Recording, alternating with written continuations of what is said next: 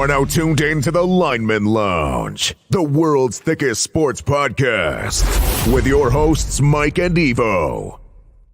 Come on, Stein, bitches. This is the Lineman Lounge. I'm Mike. That's Evo. And we're back. It is Saturday, the day before Super Bowl LVIII. I'm fucking pumped. The Superb Owl special. Yeah, I already fucked that up once. We'll see if we get dinged. If not, if we do, fuck them. The Superb Owl special. Evo, my man, way to knock out that banner while this was getting started. How you doing, my guy? Doing well, man. How are you doing out there in chilly Ohio? Yeah, so it is chilly, but it was weird this morning. It rained like a motherfucker, hailed. We had like thunderstorm in February. I don't understand why the fuck that's happening, but I'd like it to stop because you can't do anything. But it's snowing where the fuck you guys are at down there in Arizona. Yeah, this is like our third snow maybe this year, but all the other times it's been basically overnight or early in the morning. And it's just flurries, but we're actually getting a decent amount here today. It's been snowing all morning. It's the thick, fluffy, wet stuff, and we actually I don't know how much has come down, but we've got nearly an inch out here in the backyard, so it's pretty cool. Nice to have, and it's the best part about Arizona is that it'll be gone tomorrow, so like it's not a big deal. Yeah, absolutely. It's a good way to look at it. And who doesn't like getting that just an inch, right? That's all you need. Look, I tell the lady every time is that all you need is an inch, and you should shut your mouth and be fucking happy. I'm sorry that I'm not Drake, ladies. Oh yeah, man. Twitter fucking blew up with that. But I don't want to talk about Drake's the meat missile. No, let's talk about the Superb Owl. I'm so anecdotally. I can't. I have to do this. The old lady's like, I can't find the video, and I was like, bitch, why are you looking? No. We're not watching that. And secondly, I can find fucking anything on the internet. So within 30 seconds, I had it, and I'm showing it, and she goes, "That's not his dick. That's his dick." And I was like, "Ugh, this is horrible." Yeah, that's been a point of consternation recently. But yeah, it's we'll transition off of the Drake, but we're gonna stay kind of talking about the weather and how it's not gonna matter as this Super Bowl going to be played indoors in Vegas. Vegas apparently has been a excellent host city right now. Everything has gone very well, unless you are the 49ers and you are trying to sleep in your hotel room and somebody decides to pull the fire alarm. Little gamesmanship out there.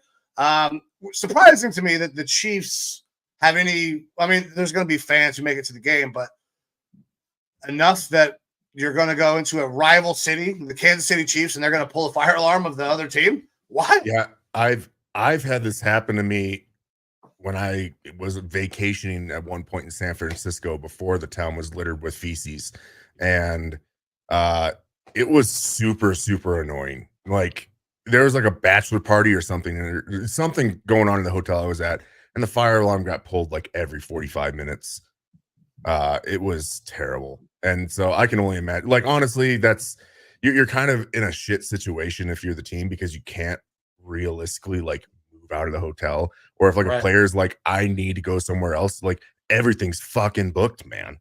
There's no fixing that. So obviously these are just little things. It's only happened the one night so far. Yeah, I think so. A couple days ago. Other than that, yeah, it sounds like everything over there, Media Row and all the events and stuff that they got going on have been going really well. I heard something about one of the practice fields was kind of a little fucked up a little bit one of the days, but the groundskeepers have taken care of everything, so should be good. Yeah, so you brought up Radio Row. So let's hop into our first topic for today's show. I want to recap NFL honors. So NFL honors were God, what the hell night was that? I'm losing track of the damn days. Is that Friday night? If it was Friday, it was last night, and that would not be correct. So 2 nights ago, Thursday night. So Thursday night NFL honors, and a lot of people were pretty right on their predictions that we saw a lot of these things coming. However, there were some massive surprises. So we'll start with obviously the big award, the MVP goes to Lamar Jackson. That really started to separate there towards, kind of the end of the year that Lamar was doing things that other people were not able to do to make his team win. So for you, did you see any problem Lamar taking this trophy? Surprised the way the votes came out? I guess I was a little surprised that the runner-up was Dak, but other than that, I mean, pretty much everything I expected ended up happening. The biggest snub I think of the night was Puka Nacua not getting something because such a prolific season. Like best moment I feel like goes to Puka Nacua. Family in attendance, breaks the fucking rookie touchdown and the rookie receiving record. Same game, right? Yeah, I believe so. Fucking week 18, he breaks the record. Like to me, that's like a great moment because it would be hard for me to give Puka the offensive rookie of the year. That award goes to CJ Stroud. I believe it rightfully goes to CJ Stroud based on, just the prolific year that he had playing the toughest position in all of sports at quarterback. So yeah, that makes sense. But Puka could have got the nicest moment or something to recognize him because he just put up the greatest rookie receiving season anybody has ever seen. And it's from a kid from a smaller school drafted in the 5th round. Like, that's a great fucking story. Yeah, and I, of course, will continue to bang the table saying that I really liked him coming out in the draft, and he's someone I talked about. That being said, I never expected this sort of a season from him. This is absolutely exemplary of like how the draft and the draft process and what you do in college doesn't define who you are in the NFL. So, like, fantastic year for him. Sucks that he didn't get anything special, but obviously he was able to be there and got recognized quite a bit. They're like kicking in the beginning. Puka! Yeah. So what'd you think of Keegan Mike and Key? How'd he do? Pretty good. Yeah. Yeah, he's okay. A couple moments fell flat for me, but not bad. Sure, not bad. Sure. But there was some burns and stuff in there that were, like towards the Cowboys and stuff that I thought was funny and things like that. But honestly, the way that a lot of these award ceremonies have gone in recent memory, where the hosts have attempted humor and because they're comedians and stuff, and they've just not worked. It's probably the smart move to keep things a little bit more mild. Yeah, and you can tell all the the non-scripted, scripted things that were taking place. Like, oh, this is a completely random instance. Come on, Roger Goodell, come up on stage. Yeah, yeah, we get it. We got it. But you can't have Ricky Gervais out there telling everybody to go fuck themselves at the NFL Honors. It's true. Somebody will beat the shit out of him. Now, the one thing that did kind of bother me was I have seen Cirque du Soleil before. Amazing show. It's really cool. Vegas. They're going to have Cirque du Soleil going on. But God damn it, they just sat there on that teeter-totter forever. There was like points where it's like, are you going to do anything? Because it's just, like 20 times back and forth. I was like, okay, I'm not impressed. Okay, you flipped off and landed on 3 other people. But this is nitpicking. NFL Honors was cool. I didn't know it was going on. I had was in the middle of draft scouting when you texted me something about Kirk Cousins, and then the show's blacked out for me here, so I was able to watch it after it had actually aired. Then they re-aired it, and it was available for everybody. So I was able to watch the whole thing there. And it's good to know that Kirk Cousins' Achilles seems to be doing perfectly fine.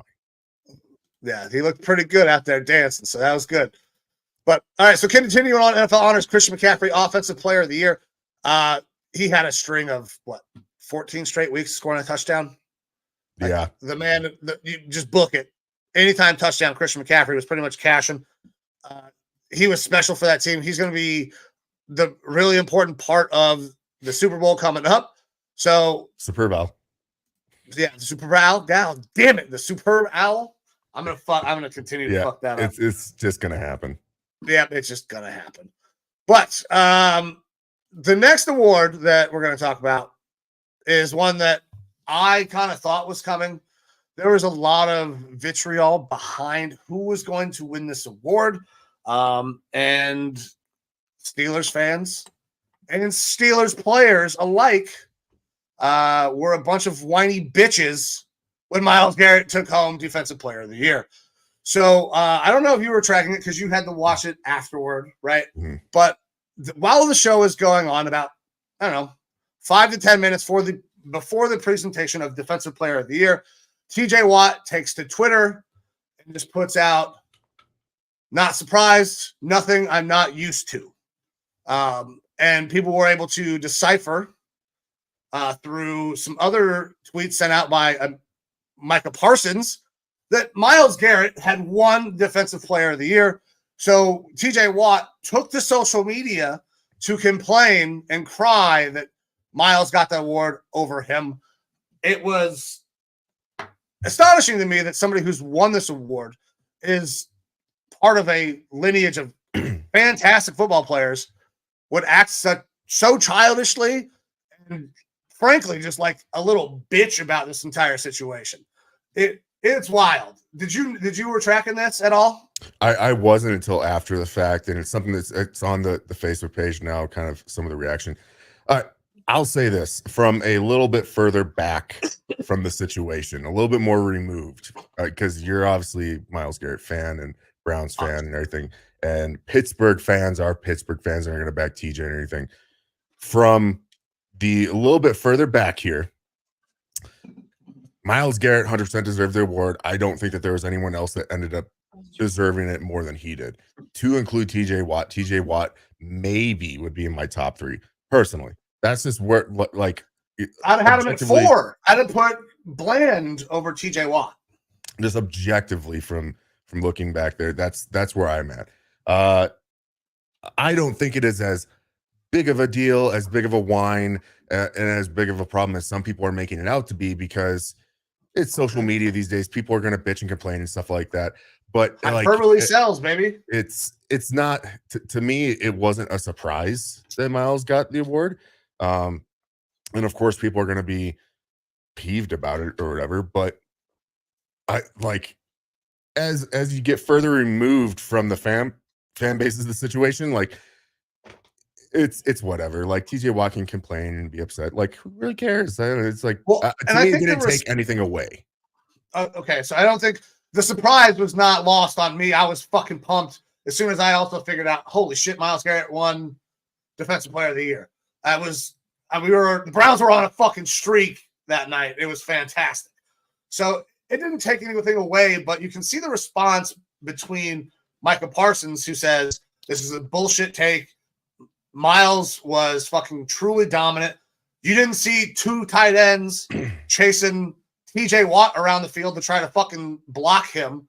There was nobody more dominant than Myles Garrett. His numbers, you're right, were not as good. But you also didn't have an entire offensive scheme designed to stop TJ Watt. But you had to do that to stop Myles Garrett. If you didn't, he would absolutely wreck your fucking game plan. Without question. At the end of the day, the statistics and everything and the performance from the season bears out. I will continue to point back to the one game versus the Colts where he took over. It is rare for a defensive player to take over a game and win it for their team, and that is exactly what Myles Garrett did. Yeah. To me, that is the defensive performance of the year, let alone just the signs of the defensive player of the year. So, like, it's kind of like it's static in the background for me because it's a bad take, and why am I going to give credibility to a bad take type thing?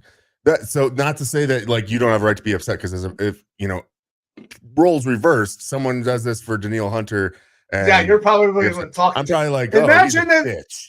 Imagine that there's a Packers player who plays the same position as Danielle Hunter who is saying these things about Danielle Hunter. Yeah. Like Well, you get it. And if you want to bring up the Packers, congrats to Steven Stefanski or whatever. And yeah, Steven Stefanski is a fucking baller. Yeah, that I kept saying the 6-letter F word during the broadcast when they had them up there. I was like, look at this flamingo. And then the group between the actor who I don't remember from Smallville because he's fucking a piece of shit as well. Can't even say your coach's name right.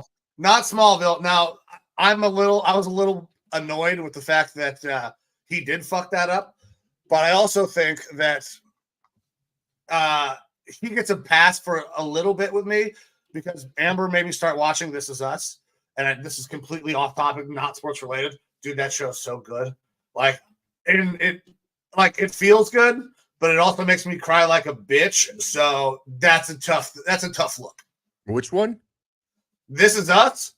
Oh yeah, no, I'm pretty sure he had smaller roles in like Smallville and stuff before he did like Green Arrow or whatever. Like it was like that's what spun off into the superhero universe for him, and then that gained him steam, which got him in All of Us, which is all touchy feely.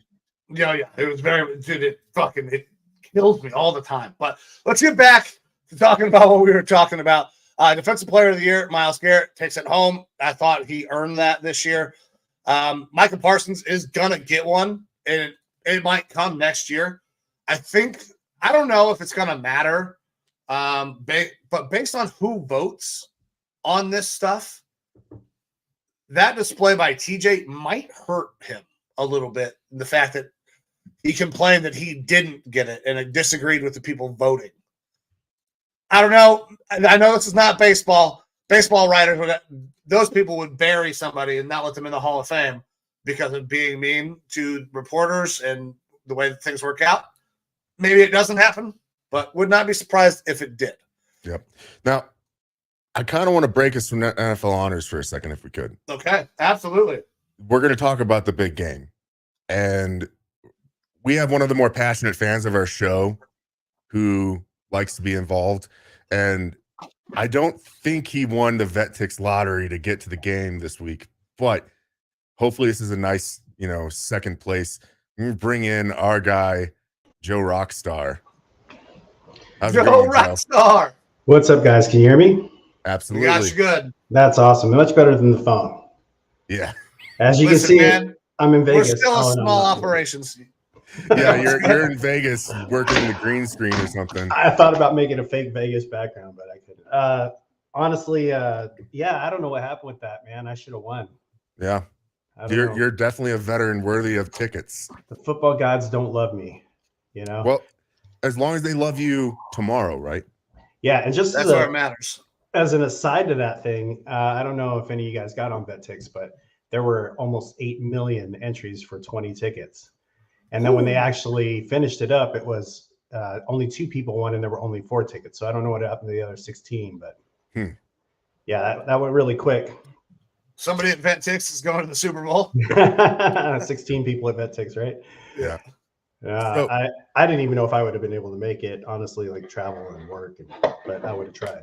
Yeah, you definitely got to try to do that. Now, This is a question that kind of was brought up last week by Mike. If you have the opportunity to go to the game versus stay at home, what sort of way would you lean? Like, obviously, you try to get tickets, you try to go to the game, you got to throw your hat in the ring for that. But yeah, are you still happy to be able to be at home or wherever? I don't know if there's any get-togethers going on out there that you're going to be able to be a part of. Hurstrom, dude, he's doing something, right? So he's got a big barn that he's gutted out and set up for watching football. Are they living in there? Is their roof collapsed or something? No. He's just set it up for football.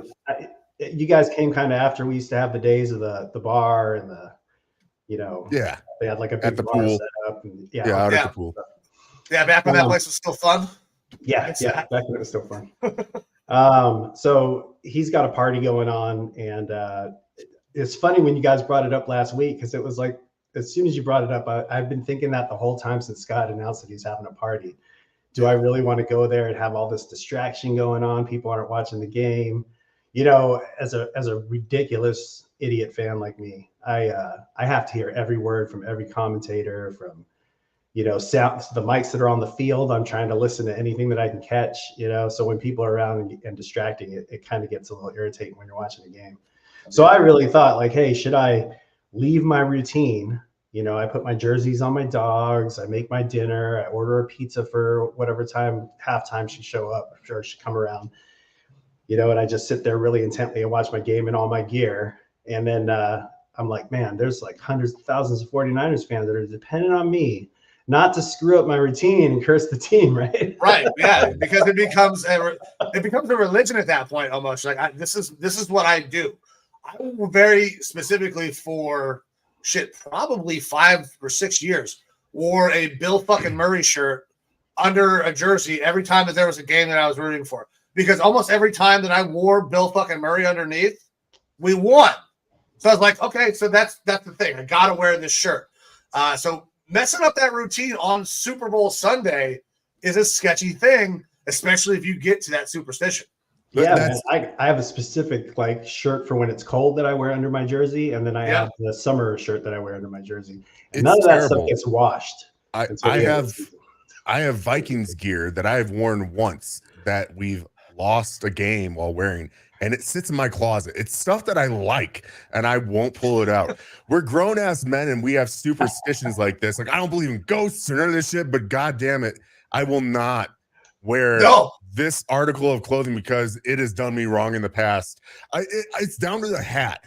A hat where I will take it off, good things will happen, and I'll be like, I can't put that shit back on. And then things will start to go bad again. I'll put the hat on and something good will happen. I'll be like, oh, the hat's back, baby. Dude, I'm not going to lie. During the Lions game, it was cold here, and I was wearing I have a black beanie, Niners beanie, and I have a red one. And when I go out to smoke, I put on whichever one's closest. And I noticed when I put the red one on, good things started happening. Whenever I put the black one back on, bad things started happening. So then for that whole second half of the game, I only wore the red one. So I'm blaming it on the red one.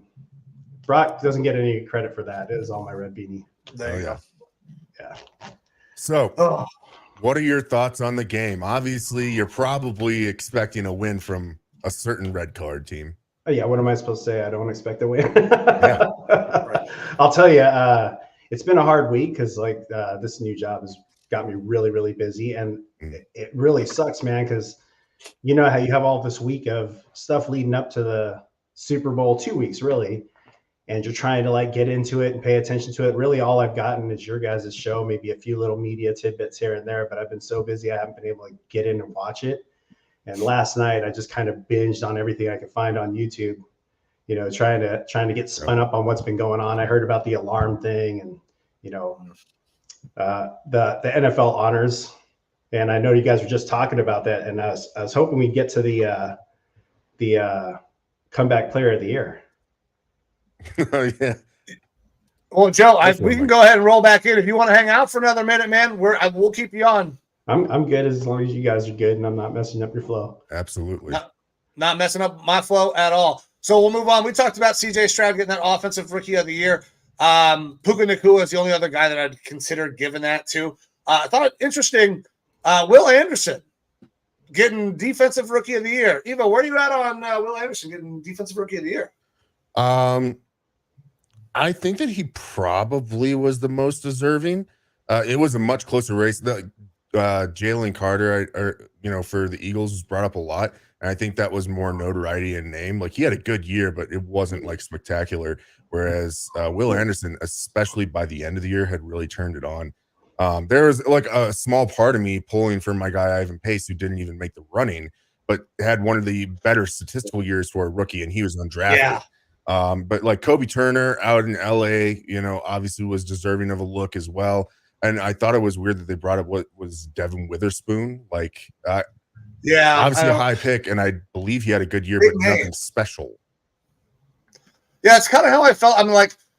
I did not watch a ton of Texans football. I watched a few. A good year. Rookie pass rusher. But, man, I felt like there were guys that made bigger impacts in other places because Will Anderson only ended up with, 7 sacks? Yeah, 7 sacks. It's not bad for a rookie year, but that's not I don't even know if that's not as good as Hutchinson had in his rookie year. Yeah. It was kind of a down year for defensive rookies overall, in my opinion. Yeah. Joe, any defensive rookies you'd like to shout out that should have maybe got a look? No, I was sadly, man, I'm really big on defense, but I kind of wasn't really paying attention to the defensive rookies this year. But I did want to go back to the offensive rookie of the year. CJ Stroud, I think, fully deserves it. And I know this is I think you guys have kind of a different take than I do on the quarterback is the most important player on the field thing. Mm-hmm. I believe that he is. Well, I do believe that he is. And so when it comes to these awards, you have to consider, the guy who's got to touch the ball and, decisions good and bad. how huge they are to the game. You know, if it's a receiver, running back, that kind of thing, they can make mistakes and get away with it a lot. You know, wrong assignments, wrong routes, running the wrong way, even a couple of fumbles here and there. But you don't forget when the quarterback's doing that kind of stuff. Yeah, CJ balled out all year and kind of proved that he is a dude. Like, he's supposed to be in top 5 in the NFL for me as a starting quarterback right now. Yeah, he's my second favorite quarterback right now. Yeah, positional value definitely. Yeah, I wonder who the first is. Positional value definitely matters. I like to try to at least give some credence to, like, hey, because this player is not touching the ball every single play, is their performance even that much more exemplary? Which, to me, that's why Puka is such a close second with what he was able to do this year. Because, you know, it's a passing league now. We have more games every season, but what he did was truly spectacular. But you put Puka in a different situation, it's probably not turning out the same way. I mean, Stafford is a solid quarterback, and he's got great coaching there out in LA. But CJ, like, to elevate yourself to such a high level that quick, I feel like the closest thing that we have in recent memory that I can think of, and I'm sure there'll be examples of this, is Ben Roethlisberger's performance as a rookie, taking his team, you know, out there. So, like, you know, like it's a fantastic start for a super maligned team. So, like, the whole storyline behind it all, and then with quarterback on top of that, like, absolutely deserving of the award. Yeah, now we just got to see a sophomore slump. If he can avoid that, I think CJ Stroud is legit. Yeah, he's going to be the next Purdy. The next Purdy. Yeah, I think the Texans are set up to be really good this year. The weird thing with them is that they just did a whole bunch of, like, 1-year contracts and stuff like that, which is so they got picks and money. They've got a lot of money. They've got almost 60 mil sitting around. They have a lot of players to re-sign, but even after that, like, if I've gone over the offseason stuff already for these teams, but I haven't gone over this little tidbit in specific. But I feel like this offense, to really make it pop, like, they've got decent running backs there, but if they've got the money, go out and sign a Saquon Barkley, who is 26 years old, receiving back and running back, like, can do it all. I'll say this, your 49ers, I do not think that they are in this position if they didn't make that trade last year for Christian McCaffrey. They're not the same team without Christian McCaffrey. If you are a player away from that sort of situation, let's be real. Wait, okay, let me just say this. I love Christian McCaffrey. I don't want to say nothing bad about him. I do love him, but, you know, where did Raheem Mostert come from? From you guys, but he was always injured. This is a fluke year for Raheem to me. Right. Well, I don't know, man. I think he's always been incredibly fast, and he's now in an offense built and predicated around speed with McDaniels. That's all it is. So he's able to eat because it perfectly fits the style. He's playing in the same system. McDaniels just took our system to Miami, right? Yeah. Same thing with D'Amico going down to the Texans, right? So he's taking the system down there. And I think, you know, it's a little different for D'Amico because he doesn't have the offensive side of the ball like, you know, McDaniels did. But I think that the way the 49ers system, we have system running backs as well as we have system quarterbacks, right? Yeah. It is a definite thing here. And it seems to me that Shanahan's had a knack for putting some shine on some guys that nobody else wants, you know, and bringing Christian in just made it really easier. Yeah. Yeah. Right. I was going to say, no one else wants some of these guys, but everyone wants a Christian McCaffrey. Yeah. Christian McCaffrey. But you have to remember that grade on that trade was like a C from a lot of the media types. They were like, this is horrible idea. Including me personally. I wasn't a huge fan of it at the time, but, like, I'm willing to absolutely eat crow on that one. Like, that, to me, that was the sort of move that you make that completely, it took a very, very, very good team and put you guys over the top. And I just don't know if you can match or equal that sort of production from, let's say, a platoon of running backs if you had that, you know, this season. Yeah, and the problem is availability, right? Like, the guys that we do, you know, nurture or whatever, however you want to put it, they just have a knack for getting hurt a lot. And Christian has been amazing as far as availability goes, which, you know, we all did. A guy that was always viewed as an injury risk prior to the trade. Yeah, hindsight's 2020, right? It's easy to go, hey, McCaffrey was such a great trade, but we didn't really think so back then.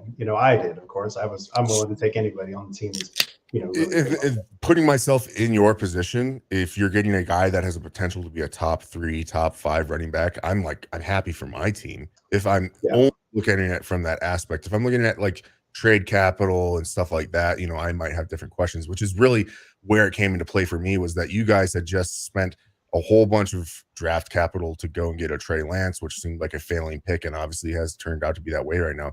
But I mean, even to bring it back to all that, you guys have to be, with the 49ers, one of the best run organizations right now. You're able to make the move that you did to get a Trey Lance, have it be such a flop, identify the failure, move on from it, and go out and still make other moves that are super impactful, like get a Christian McCaffrey and be competitive in a Super Bowl within a couple of years after that trade for that player. And a lot of it does come from being able to hit on a Brock Purdy, which I don't think anyone expected. But that's huge. But it makes you guys seem like one of the best run organizations to be able to, if other teams make that same maneuver, i.e. the Bears make a move for Mitchell Trubisky, that franchise is in a slump for close to a decade now. But that, I think, is a testament to that front office that we have. Absolutely. I think John Lynch is amazing. His assistant now is going to the Commanders, so let's see what happens there, right? Yeah. But I think that's a testament to that team. And, going back to the running back situation in San Francisco when Christian McCaffrey was, brought over, we had Elijah Mitchell, who was shaping up to be a really good running back in the league, but injury, and I think that's what really why they were bringing Christian McCaffrey in. Number one was just to shore up, the injury prone backfield that we have. And when he didn't go down all season last year, and it was like, okay, we just hit the lottery, right? Yeah, absolutely. So I think now today it's easy to go, oh, Christian McCaffrey this and Christian McCaffrey that, but you got to think about when that happened. It wasn't, a given. It was not a lauded move by a lot of people. Yeah. And I'll also say this: the balls that you have to be John Lynch, Kyle Shanahan, and go to the owner Jed York and be like, hey, we just traded all this draft capital for this guy, but this, last pick in the draft, he's the best quarterback on our team.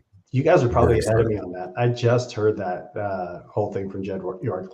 I watched that video a week ago of Jed York talking about that, how they approached me and were like, yeah, this is happening. He was kind of like, okay, in the interview or whatever, when he's talking, obviously he's gonna play it up like, okay, I was okay with these guys, but in reality it was probably like, what the fuck, guys, you blew a fucking bunch of picks on this guy. Yeah, that could mean two things though. It could mean that hey, the best quarterback's our third quarterback, which means they all suck. It could mean that, yeah. But you know what? It's really probably not that they needed a lot of leash, but it probably has given a lot of leash and carte blanche to your front office, where if they make moves that seem unorthodox, Jed York is probably going to at least sit back and think like, okay, we'll see what they're cooking here. Yeah, and I'm hoping Jed York has matured over the years. I think we had either in one of the posts on Facebook, we had a little discussion about Jed York with Jim Harbaugh taking us to the NFC Championship every year and then parting ways with him. I mean, it wasn't such a mutual parting ways as they make it sound. There was some friction there between him and was it Balky? Yeah, Trent Baalke. That Trent Baalke and Harbaugh were not friends. And they sided with Balky, which I think was a big mistake, obviously. Yeah, and I think that is a mistake out there in Jacksonville right now as well, personally. But it is what it is. But yeah, so that's my little reckless speculation for the day. I think that it would be smart for the Texans to support that offensive rookie of the year Stroud with they've got good backs there. Let's go out and get a game-changing type of back. You have D'Amico, you saw what happened when Christian was brought in. Now you can bring in the same sort of caliber of player in a Saquon Barkley to, help support that quarterback. I think that would be a good move for them. They got the money to do it. Yeah, I look at Texans as those are like the Niners Central, and then Miami's Niners South. Fair enough. Southeast. All right, so these next two awards we can talk about in tandem. We have Coach of the Year, Kevin Stefanski, and comeback player of the year, Joe Flacco. And I think one hand washes the other here without Joe Flacco coming in and doing what he did.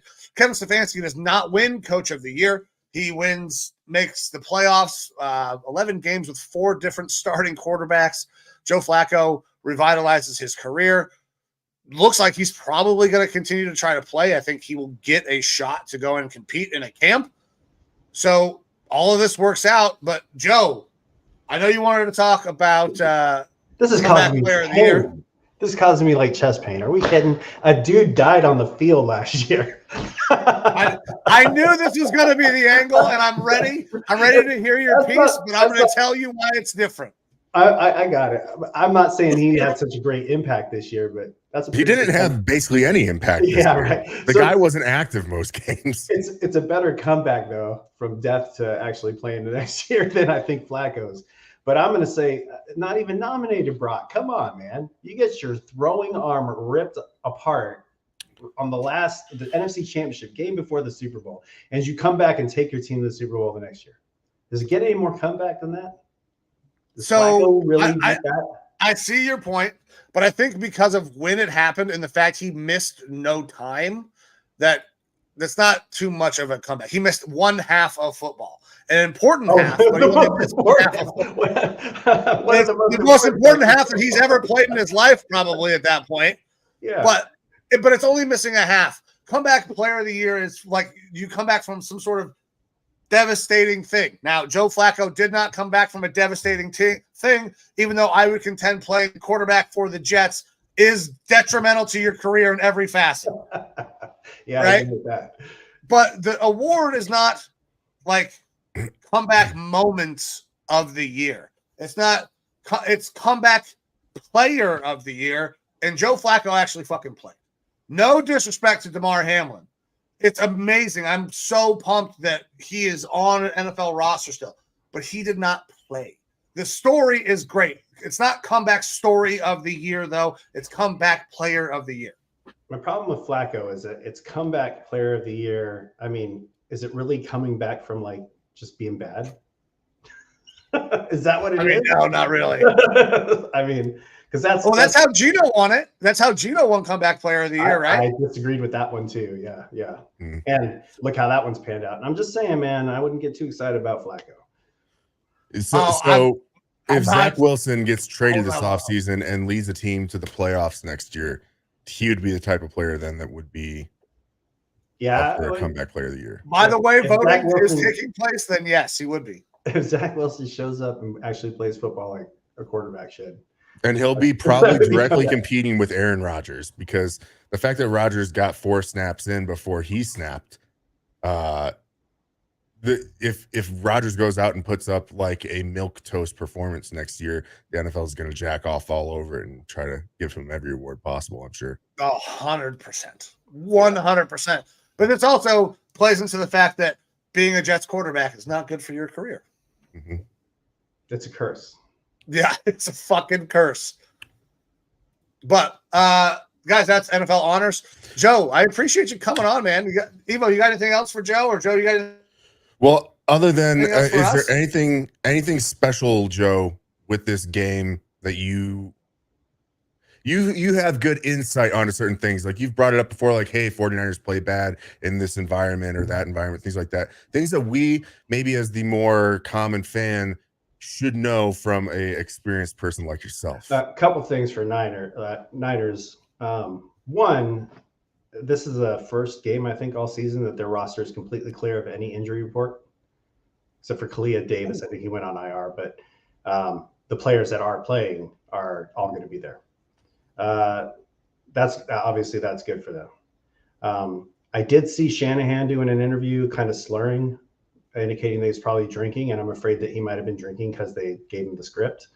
But we'll see. That's just my my conspiracy take. I don't really believe that, but maybe.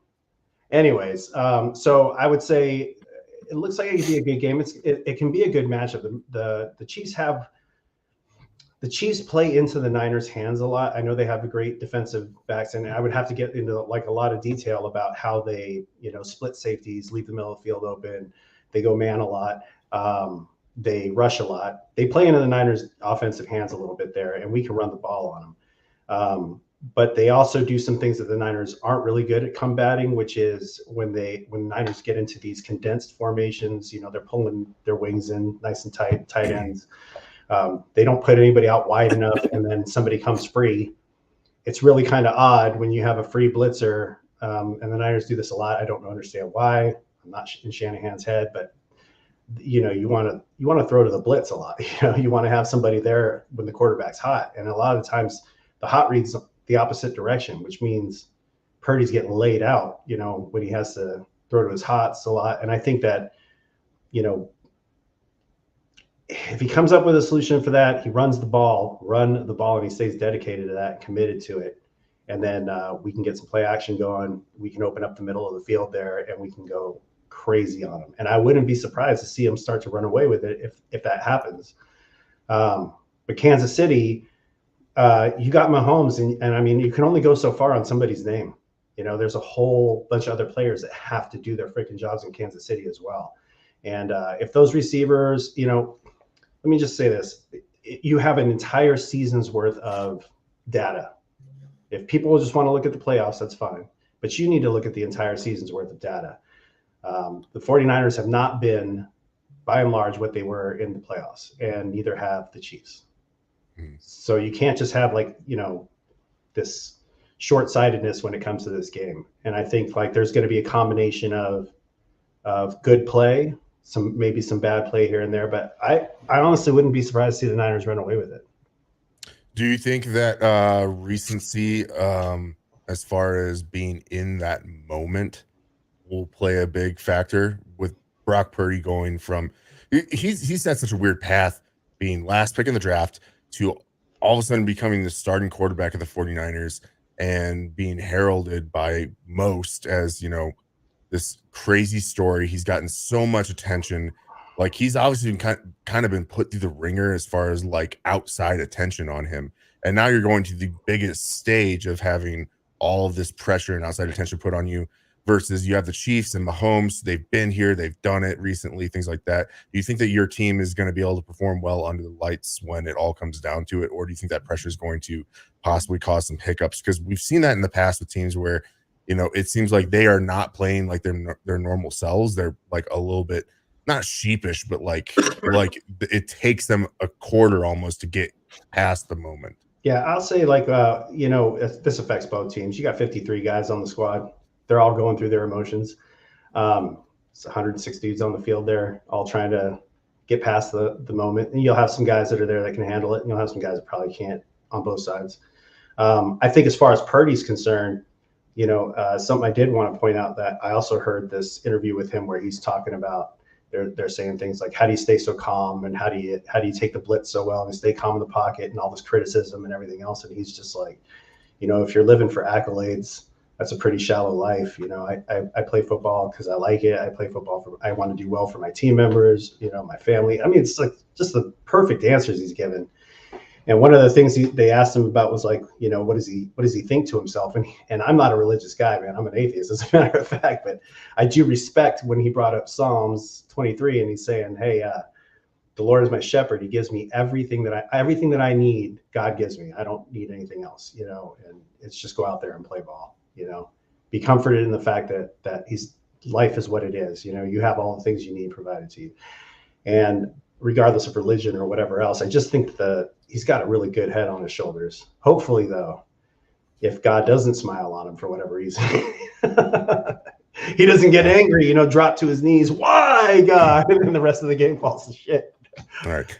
I think he's got to take a hit early, like he did in the Dolphins game, to wake him up. You know what I mean? And then I also don't want him to get injured. I mean, that's obviously, I think injury is the biggest thing. I don't know if Sam Darnold can come in there and get it done. Maybe. Probably not. If that happens, the game is instantly over. There's scary. no way the 49ers win if Sam Darnold has to come into this game. A regular season game, I think the 49ers could still win. But that sort of a moment, That's a tough one. I think you guys really, really watch what I'm talking about with the free rushers from Kansas City. They're going to have them. They're going to get him in there. And if he doesn't have those hot reads and he's throwing the opposite direction and getting blindsided, it's going to be a tough day. He needs to hope it ain't Chris Jones that's doing it. Yeah, from the defensive tackle spot, probably won't. It'll probably be a safety or a corner on an outside blitz, or maybe a linebacker once in a while, but probably the corners and safeties getting to him. All right. I got 3 questions here to kind of wrap it up. And I could probably keep talking if I wanted to. But I'm assuming that your pick will be for 49ers to win. Yes. Who do you expect to be the MVP if not Brock Purdy? I think it's probably a shoe-in for Christian. I think they want to give it to Christian. That might have been the actual script. Who knows? But all right, fair enough. Final score prediction. That's a tough one, man. Because I've got 2 versions of this game going on in my head. Both of them, the Niners win, but one of them is a close one. One of them is where Kansas City's defense is doing really well, and our defense isn't, and so we end up with a close, low scoring. When I say low scoring for us, in the 20s. 21-17 or 24-21, something like that. And then I see where if Shanahan's offense is working and the offense is clicking, and the defense manages to put him, if the offense can put him in a position where they can't run the ball so much on the Niners, then I see us running away with it. I mean, you'll get some garbage time touchdowns probably at the end, but it'll be something in the high 30s to low to mid 20s. Okay. And then last question. This is kind of a multiple parter here. 49ers win. How quickly do you think George Kittle divorces his wife, Claire Kittle, and starts dating Taylor Swift? Or does Taylor Swift immediately start dating Brock Purdy to carry this on through the next NFL season, kind of jumping teams, homie hopping, if you will? I was hoping we wouldn't talk about Taylor Swift. We have You knew we were going to talk about Taylor Swift. She's brought like $325 million in revenue to the Chiefs. We want a little piece of that here. Just a little bit. Is that a legit number? Did they figure that out or something? Yeah, apparently based on like jersey sales and things like that for Kelsey, they've like taken a spike. It's based on the jerseys. Marketing and exposure are rated in dollars. I'm sure that it is a roundabout number. Obviously, it can't be exactly specifically pinpointed, but yeah, it's somewhere in the ballpark of like 325 to 350 million in additional revenue. Yeah, I don't have any ill will towards Taylor Swift or anything. I just don't know any of her music or songs. Doesn't seem like something I'd listen to. I'm more of a rock metal kind of guy. But I don't understand the whole infatuation with, but I get it now. It's money. Like that's what it is. It's money. I mean, it always has been. It's always been about the money. Brock's engaged, man. She would have to. I mean, she could come on board and like. Of course, Brock is engaged, but Brock is making fucking paltry money. He immediately becomes one of the richest men in the world if he's getting with T Swift. I think he's going to get some money next year, maybe the year after. But he's money. Yeah, it's going to be soon.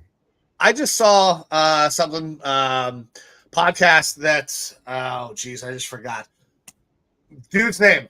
Former defensive coordinator of the Cleveland Browns and his son. Fuck me, my mind just drew a blank. Anyways, they put out a number. Mahomes has made more money per pass attempt than Brock Purdy has made per game this year. Wow, makes sense. Well. $59,000 per pass attempt for Pat Mahomes, 48 and whatever the fuck it is in change for Brock Purdy game check. $48. Yeah, 1,000. But he'll get his money. I'm pretty sure. Oh, he's gonna get paid. But I think if you ever try to break it down like that, he gets the most yards on the least amount of passes, so his number's not going to look good for passing. And now that I'm not on the spot, it's Greg Williams. I don't know why that name escaped me. Alrighty. Well, Joe, any parting thoughts before we let you head out and prepare for tomorrow? Well, if you guys haven't picked a team, I'm trying to recruit as many 49er fans just for a day, just for 3 hours, not even a full day. For 3 hours, can you just send that positive vibe, positive energy towards the Niners there? Because we really don't want to see the Chiefs win again, do we? Do you want more State Farm Patrick Mahomes commercials? Do you really? Is Andy Reid in them? The ones with Andy Reid are fun. If Andy Reid's in them, then yes, I do. I think he definitely retires if he loses. I think. Tell me again with those nuggies. Do you think that he retires if they win? I think he retires either way, honestly, yeah. I think he's done. I think it's a tougher decision if you win, though. I think that we haven't heard anything about Bieniemy yet, and that's because Bieniemy's sitting there lurking. He's like that meme of that guy in like the 80s outfit poking behind the tree. That's Bieniemy right now. That brings up a good point. Like, did you so I can't remember if it was Seattle. I think it was Seattle. Didn't Seattle's assistant have it in the contract that he's supposed to get a crack at head coach when Pete Carroll was leaving?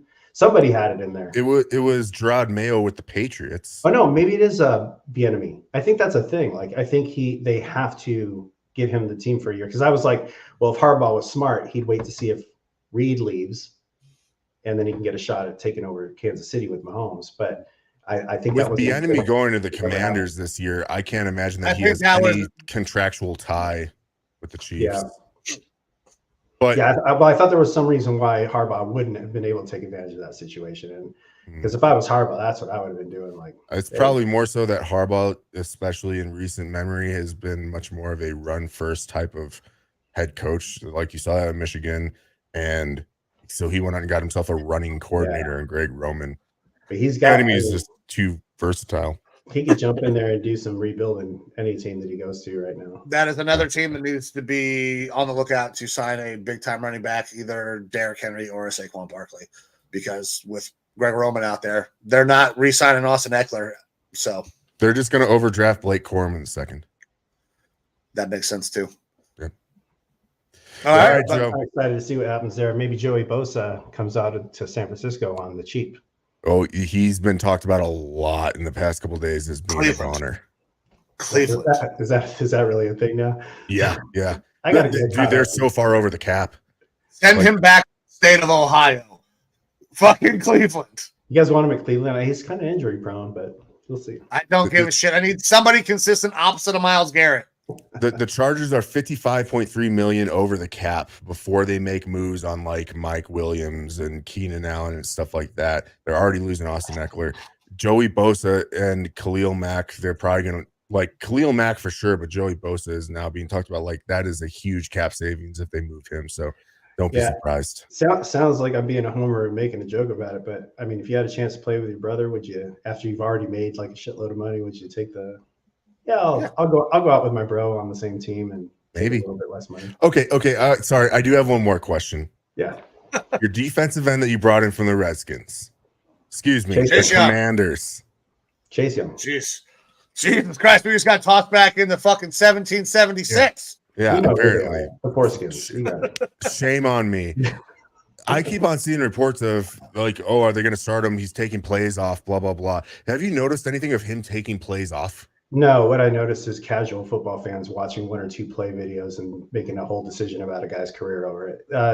That's what I got. I wasn't as deep into it, and I keep on seeing this narrative float around. I was like, I can't imagine a scenario where that's happening. No.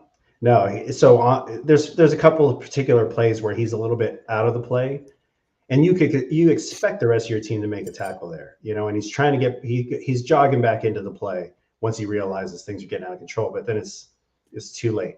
And so I'm sure a lot of people expect that motor to be running full blast from whistle to whistle, but let's be real here. He's in there for most of the snaps of the game. Chase Young doesn't get a lot of breaks like Bosa does. Backside run, you're not fucking chasing that down hard anyways in case of a cutback. And they're counting down, a lot of people are counting, they're counting sacks. They're not counting like your legitimate contributions, taking double teams, pressures. Sometimes you don't get home, but that's just as good, especially against somebody like Goff. We could see that in that one of those fourth down attempts. You get a little pressure on the guy. He's almost as good as a sack. So, anyways, that's just. And I hate to be like an elitist about football because I don't know everything about football, but it really, really irritates me when people form their opinions based off of what some media talking head is telling them and not doing any more deep dive into that than just that surface level. And then you get on, everybody's given a platform now, right? Yeah. Regardless of their qualifications. Yeah. And sometimes those shit takes will catch fire and burn down half of Canada. Yeah. Yeah, for sure. Skip Bayless has been making a fucking career on shit takes for 20 years. Nick Wright. Yeah. Oh, yeah. I like Nick sometimes. There are a couple things about Nick. I do enjoy him. But he did an interview with a beat reporter in San Francisco, which is really odd because you're like, Nick Wright, why did you even give this guy the time of day? But he did like an hour on this guy's YouTube channel. And you could tell like it's all fucking bullshit. It's his television show because or he just doesn't have the balls to say what he wants in front of this guy. But he's given Purdy his props there. I mean, it's not like it's backhanded, of course, but you can tell he doesn't really, really, really dig into a lot of that. He can admit that the guy's better than what he thought. And so that's his thing, right? He's always reframing the argument. Mm-hmm. Well, he's got to do this to be great, right? And then when he does that, he's like, I never said he wasn't great. I'm just saying, like, compared to other people, he's not great. Like, it's just moving around goalposts and changing his argument. But I think he'll come around. Alrighty. Never. These guys are like, they've invested in their hot takes like they invested in their 401ks, right? They're just like, I'm going to stick it out and see if it pays off in the long run. There we go. For sure. All right, Joe. Well, thank you for popping in. It was awesome having you on. You're obviously one of the biggest fans of our show, biggest contributors to the show, always popping on. So definitely wanted to get you on for the show right before your prom night, basically for the big one. Yeah, thanks for bringing me in. You got to get me on the talk though sometimes so I can talk like normal. Absolutely. All right, we can probably work that out. Yeah. All right, guys. Talk to you later. All right, later, Joe. All right. That was Joe Rockstar. Thanks, Joe. Man, I love talking to Joe. He is right about his Niners most of the time. He called there was going to be a close game, rain game. There's a chance that things could not go their way. Joe knows his shit when it comes to the Niners, so I love having his analysis on here. Absolutely. Well, are we ready to get into analysis stuff of the big game, or is there anything else you want to go over beforehand? No, I'm ready, man. We did the NFL honors. Actually, one more thing that goes along with the NFL honors: the Hall of Fame class 2024 has been elected. Honestly, I'm kind of excited. There were some dudes that made this list. I wasn't sure that we're ever going to make it. For me, Dwight Freeney was for sure a lock. Dwight Freeney was absolutely fucking dominant with the Colts. Devin Hester, though, going in there as a returner. Is this our first primary returner guy that we've ever seen go in the Hall? I think it might be. It might be, and that's surprising, but because returner kind of gets overlooked. But I think people do forget just how fucking special Devin Hester was as a returner. Dude. Like, he was insane. If you put the ball in his hands, I don't care what scenario he's in, he could be surrounded by 11 fucking dudes. He's never had zero chance of scoring. He always has a fucking chance. He was so slippery. Yeah, special player. Yeah, he was he was so good. Andre Johnson, another guy. I wasn't sure, because receivers, it's tough making the fucking Hall of Fame. Andre Johnson gets in. And a Texan. First Texan in? Is that right? I mean, J.J. Watt hasn't made it in, right?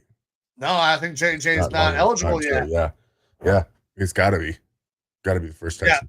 Yeah. So, and I feel like that's right. Andre Johnson was a massive part of the beginning of that franchise. And also one of the best on-field fights that's ever happened. He beat the absolute piss out of Cortland Finnegan.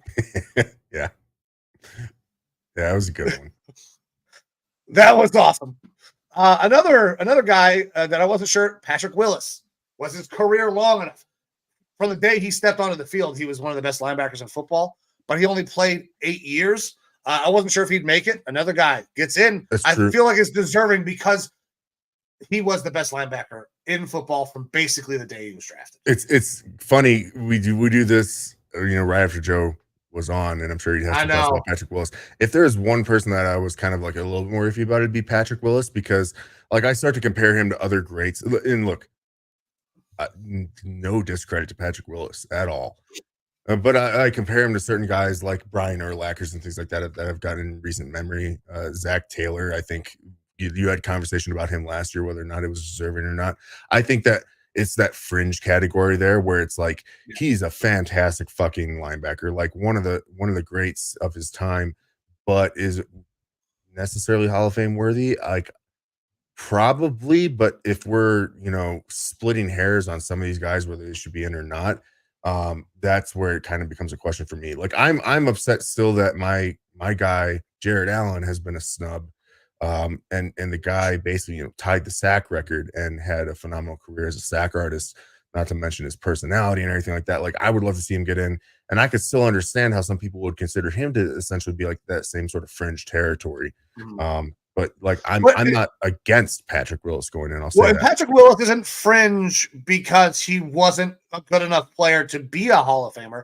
He's fringe because he got hurt and didn't play long enough. He only played 8 total years, 7 years. I believe he was an all-pro player. Like, he is a stud, was a stud, but did he play long enough? And now that we see a guy like that go in, it makes me feel like there's a guy that will now have a little bit better shot, who I believe should be in Sterling Sharp. Did not play long enough to get in, but he was the best receiver in football while he was in the NFL, probably.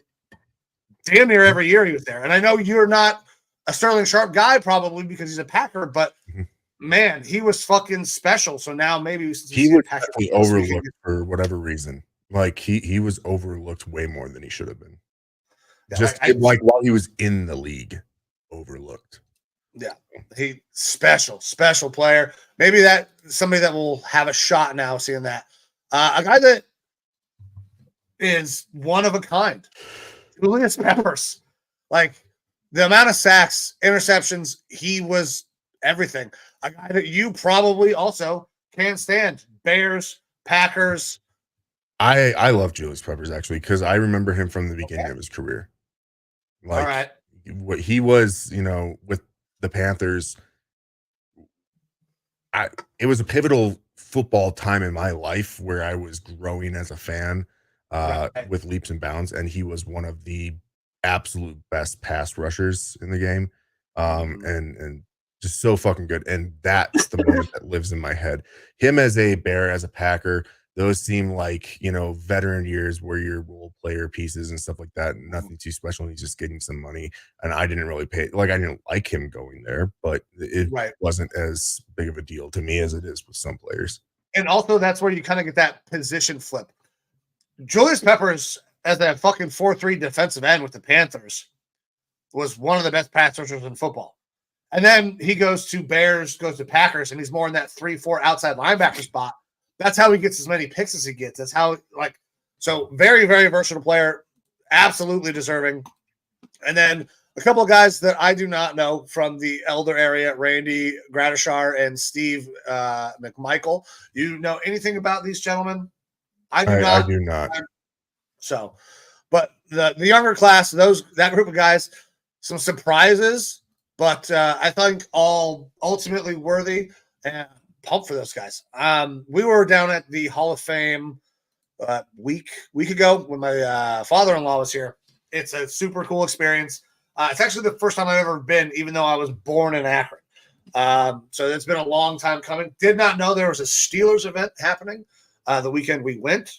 There's a picture of me on Twitter flipping off the picture of the Steelers stuff. There were a lot of Steelers fans there. Probably did not enjoy that. Probably not the most respectful, mature adult thing to do. Well, Amber goes and posts the pictures of Aaron Rodgers bullshit in there, which is absolutely not deserving. And I would have been the same way. He probably would have had feces smeared on there, and I would have been taken out in cuffs.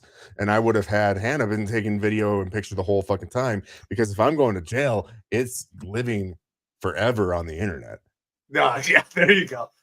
But dude, the Hall of Fame, if you guys ever come out and visit, it's fucking one of a kind.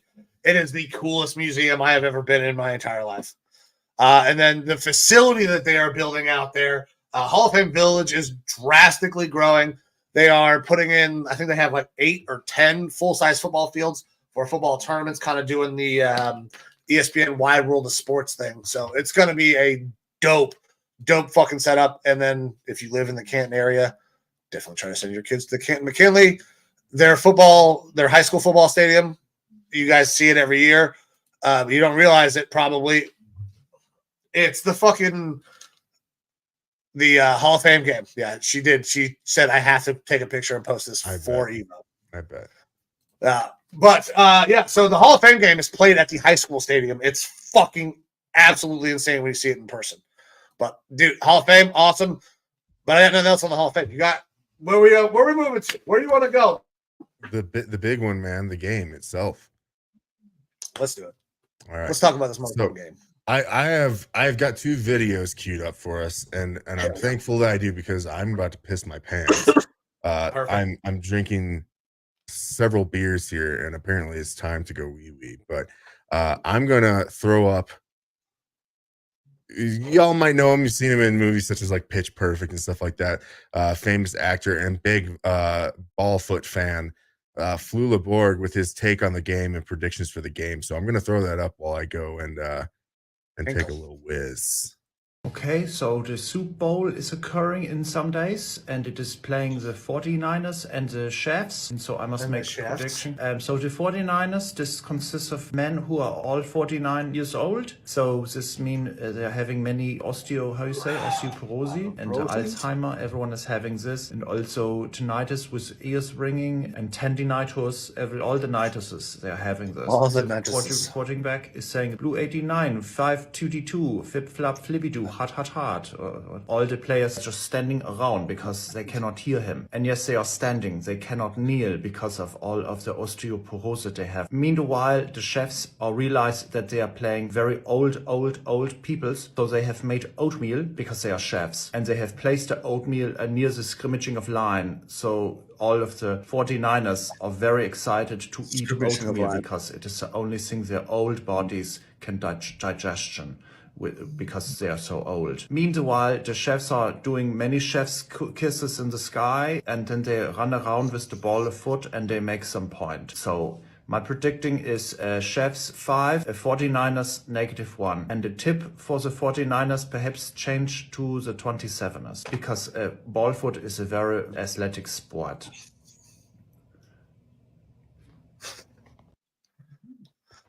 Oh, Flula Borg. That was perfect timing, brother. That was the perfect amount of time to take a piss. No joke. I kind of tried to remember how long the video was, and I was sitting there counting while I was pissing. Nice. I wrapped it up early. I still got more in me. Oh God, I can't do it. I can't do the pinch.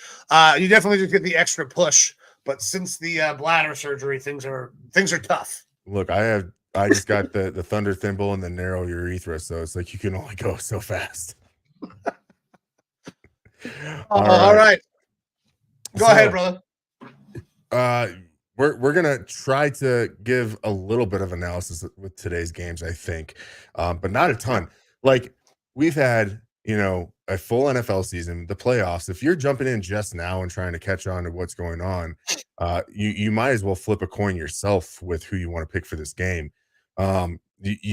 This is where the stars and celebrities come out, and they're going to have their little takes here and there on who should win. Obviously, Flula backed his predictions for the game with nothing but pure stats and analysis. Hell yeah. So it's pretty awesome. We've got another video that I'll be able to put up here in a little bit. I'll give it some time. Before we do that, that is also backed in mathematics and things like that. That'll kind of tell you what we're doing. But a lot of math. We'll probably, I think, reserve our picks for the game towards the end of the show here a little bit, just to keep you titillated. But Amber popped up. Will you have the fun props to go over? Well, fuck yeah, and we might as well get into a little bit of that. We do. We got fucking props. Yeah, 100%. So, do we want to start with legit props? Do we want to start with the bullshit props, or should we start with the props that everybody fucking came for? The Taylor Swift props. I mean, take us away with the Taylor Swift props. Let's just get into it because if Joe's still watching, this is what he's here for. 100%. A lot of these are yes, nos. You're going to get a lot of, minus 110 odds here, but we got a bunch. And these are reputable because for some reason, Forbes, yes, the people that talk about money, are not surprisingly, talking about Taylor Swift and prop bets for the Super Bowl. So, will Swift be shown? Go ahead, brother. I'll say this. If you are a male fan watching the game who is trying to pull your partner in typically female partner, but it doesn't have to be. Either way, a non-sports fan partner, you're trying to pull them into the world of sports and the fun that can be gambling on sports. This is your in.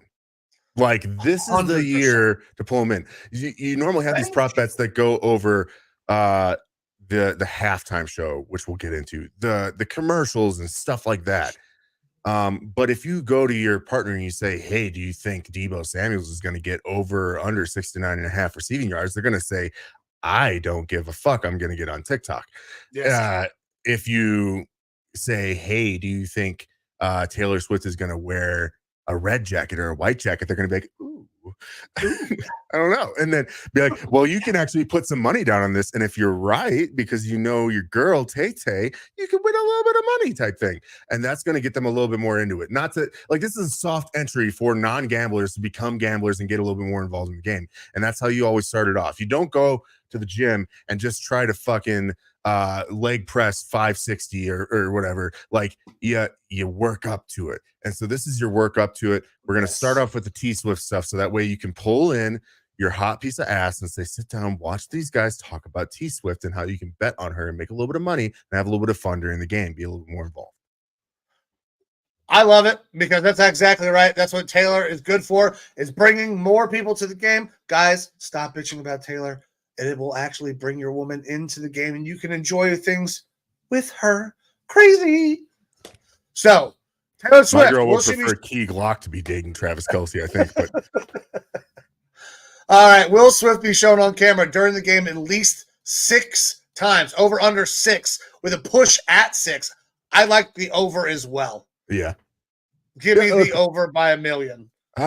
This one, I think, has a direct correlation to Travis Kelce catches. Now, this is during the game. So this is not outside of before, post game. That does not count. It is from kickoff to fucking all zeros. So it's got to be in between there. The outside appearances do not matter. And this is where you can help your partner get in. How many catches do you think Travis Kelce is going to have, being one of the main, if not only, receiving options there for the Kansas City Chiefs? Do you think that he's going to go over or under 6 catches? Because damn, if he makes a catch, you know they're cutting it. Taylor's on the train. If he makes a touchdown, there might be 2 cuts to her. You know? Oh yeah. So camera 1. All right, now give me camera 3. Now give me back to camera 1. The double take on Taylor. For sure, that will happen if Travis scores a touchdown. So I'm going with the over on that one. They're probably going to show her without a catch, but then you're going to have catch reactions. So, like Travis got to be 5-6 catches at least. Now, this is a big one because this will directly impact prop number 1. Will Taylor Swift make it to the Super Bowl on time for a kickoff following her Tokyo concert? Yes, 100%. 100%. Now, I believe that this is a perfect tee up for another video we have. Do you have any idea how long it takes to fly from Tokyo to Las Vegas? I do. Now, I will. Are you talking about the video I got ready to go? Sure, I am, because I also have to take a piss. Okay. Yes. So I'll play this one. There is another TikTok out there of a guy doing a full-on PowerPoint presentation to his girl and her friend, as far as this is the flight time, this is the hour difference. But we'll go ahead and get into this quick prediction from a guy that we like. You can go ahead, Mike. go. Right, I love busting with the boys. Taylor Lewan's a stud, even though he went to Michigan. Yeah. So it's Taylor Lewan busting with the boys. He's doing a little bit of mentalist work here as far as how you should maybe think about your predictions for the game. Fucking fun show. Obviously, I think he could still play. The Titans fans still want to come out and play, but I love Taylor Lewan, and some fun mentalist stuff here. So let's something about Taylor Swift. You know what her favorite number is? Nope. Her favorite number is 13. You know what Super Bowl this is? Super Bowl 58. What's 5 plus 8? 13. If Taylor Swift makes this game, it'll be her 13th appearance at a Chiefs game. The date of this Super Bowl is 2/11. What's 2 plus 11? 13. Now she has to be in Tokyo, like you said. Do you know what the time duration is from Tokyo to Las Vegas, Nevada? 13 hours. The 49ers, what's 4 plus 9, by the way? 13. The 49ers are what seed? The 13 seed. No, they're the 1 seed. They're the 1 seed. What are the Chiefs? The 3 seed. What number is that? 13. And if you were to take 13 away from 100, what would you get?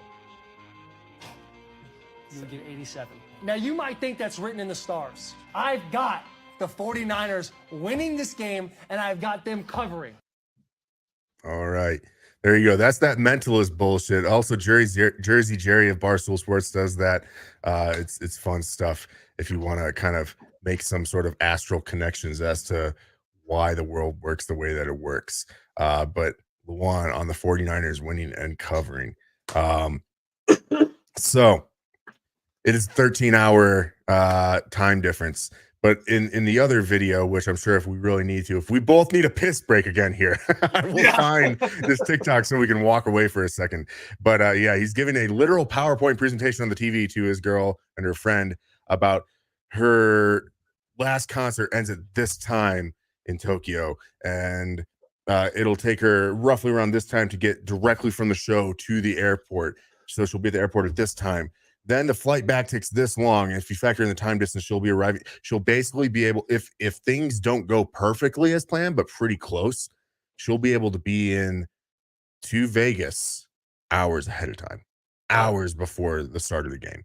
And it's enough Taylor time Swift. for her to take I a would little nap. guarantee she's not flying this flight fucking commercial. She's flying that shit private. She's going to get in premium priority landing. We got KK doesn't Taylor know what Swift. Commercial is, man. No, dude.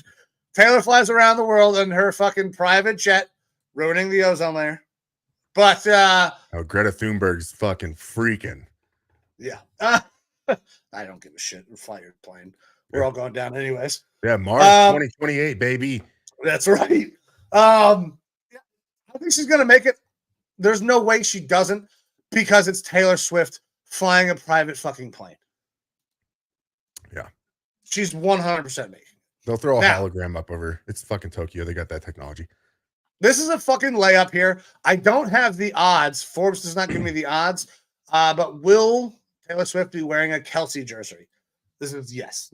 There's no way she's not wearing a Kelsey jersey, or some sort of fashion thing that has 87 on it, some stylized jersey of Travis Kelce. That's guys talking some sort of fashion thing. Yeah, like Kelsey. Yeah, that's listen. Whatever. What's her name? The wife of Juszczyk. I don't remember her first name. Juszczyk's wife makes really badass shit, and she made that thing for Taylor. Now they're playing in the Super Bowl against each other. She got a deal, I believe, with NFL or something like that as well. No, yeah, where she is like licensed to make shit. Oh yeah, she does have licensing now.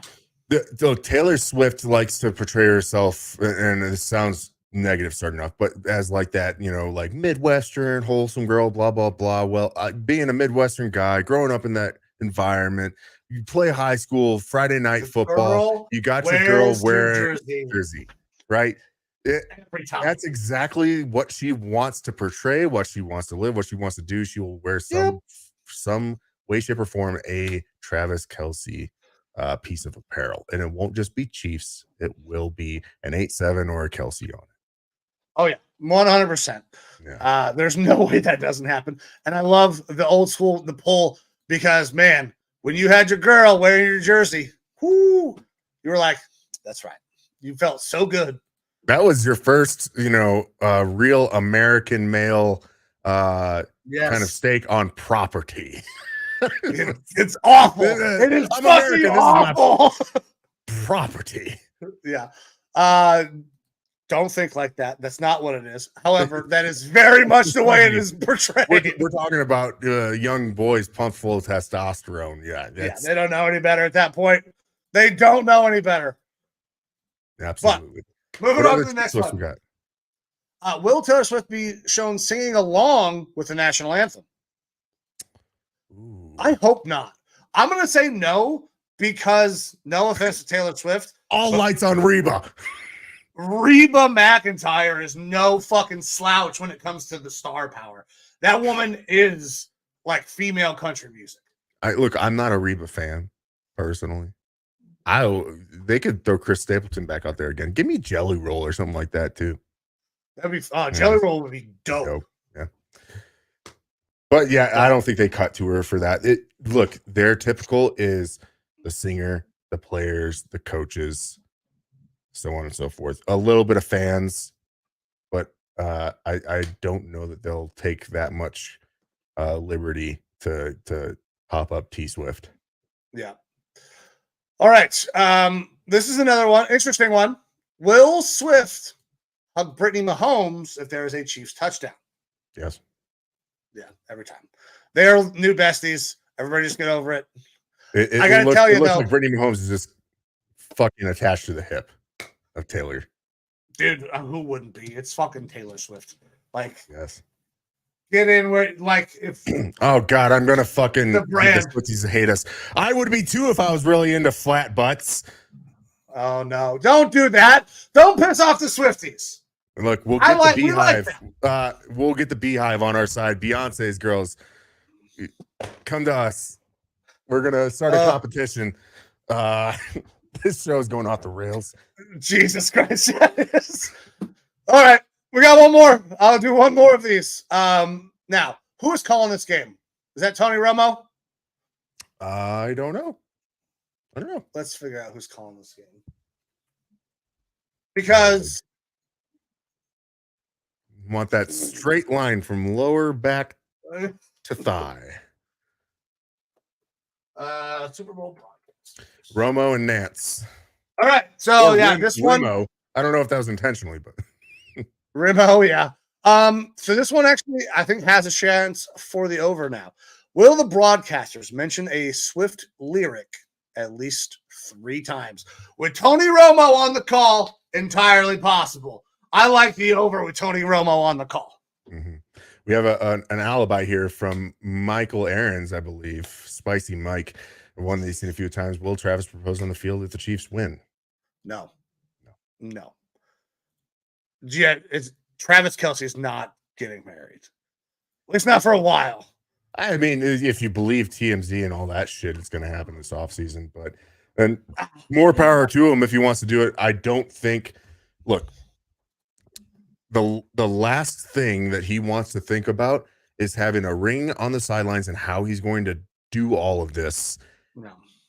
When your entire thought process is on the Super Bowl at that point in time, and then you don't want that added pressure. You already have enough external pressure on you to perform for this game. You don't want the external pressure of like, hey, maybe I get to marry this white whale billionaire pop star or propose to her if I win the game and it's all riding on this. Yeah, I don't think he will. This is something where they'll be off the coast of Mykonos or something like that in the off season, if anything. If it were to happen, for sure, that would be the way it's done. That's going to be a private thing. But I don't know if we could do any more Taylor Swift props with the show still staying on track. So we'll move off of the Taylor prop. Oh, Jesus Christ. Taylor Swift props. Fuck me. And move on to some other props. Look, Amber brings up a good point here. If he did it and she said no, it'd be pretty fucking rough. And I think Travis is enough professional. He's probably had his PR people and Taylor's PR people coming up and be like, look, we don't know if you're going to do this or not. If you're going to, give us a heads up, but also just don't, because it's a bad look if she says no. We don't know what she's going to do in the moment. It's a bad look for everyone involved. I think it's a bad look to do it in person. As somebody who has now proposed, I had this whole grand plan. I was going to try to get on stage at Cheyenne Frontier Days, and I was going to propose. Thank fucking God that didn't work out, because that's a shitload of pressure to put on somebody. Like, oh my God, if I say no, I can only imagine crush this person. Yeah, I can only imagine with the roles reversed, if I'm the chick being proposed to and I'm in that sort of a situation and I have any doubts or thoughts about it, I'm going to be upset. I'm saying yes in the moment to save her, like save all of us. But then afterwards, I'm immediately going to be like, the fuck is wrong with you? That was an act. We'll see. Don't do that. Don't fucking do that. Yeah.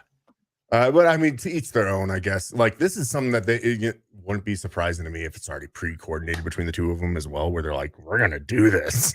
This has to be something that you would have discussed. Like, would you like to be proposed? Would this be a cool thing?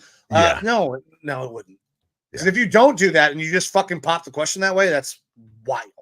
Yep. But, all right. We have gotten so far away from true football right now. Let's get into some more prop bets here. So first off, the coin toss. This is a normal one, right? Easy. It's 105 odds for which team will win the coin toss, 49ers or Chiefs. But do you want to win the coin toss? The tails. But do you want to win the coin toss? because winning the coin toss has not been good. The winner of the coin toss has lost 8 of the last 9 Super Bowls. Yeah. So, I mean, for you, better at home, tails never fails. But playing in this game, maybe I don't want to win. Maybe I pick heads. So they win the fucking coin toss. Look, your boy is always a proponent of head.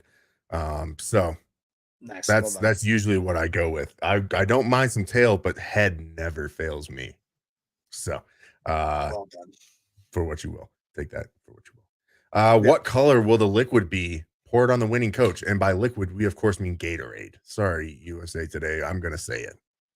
Yeah, the superb owl and the liquid.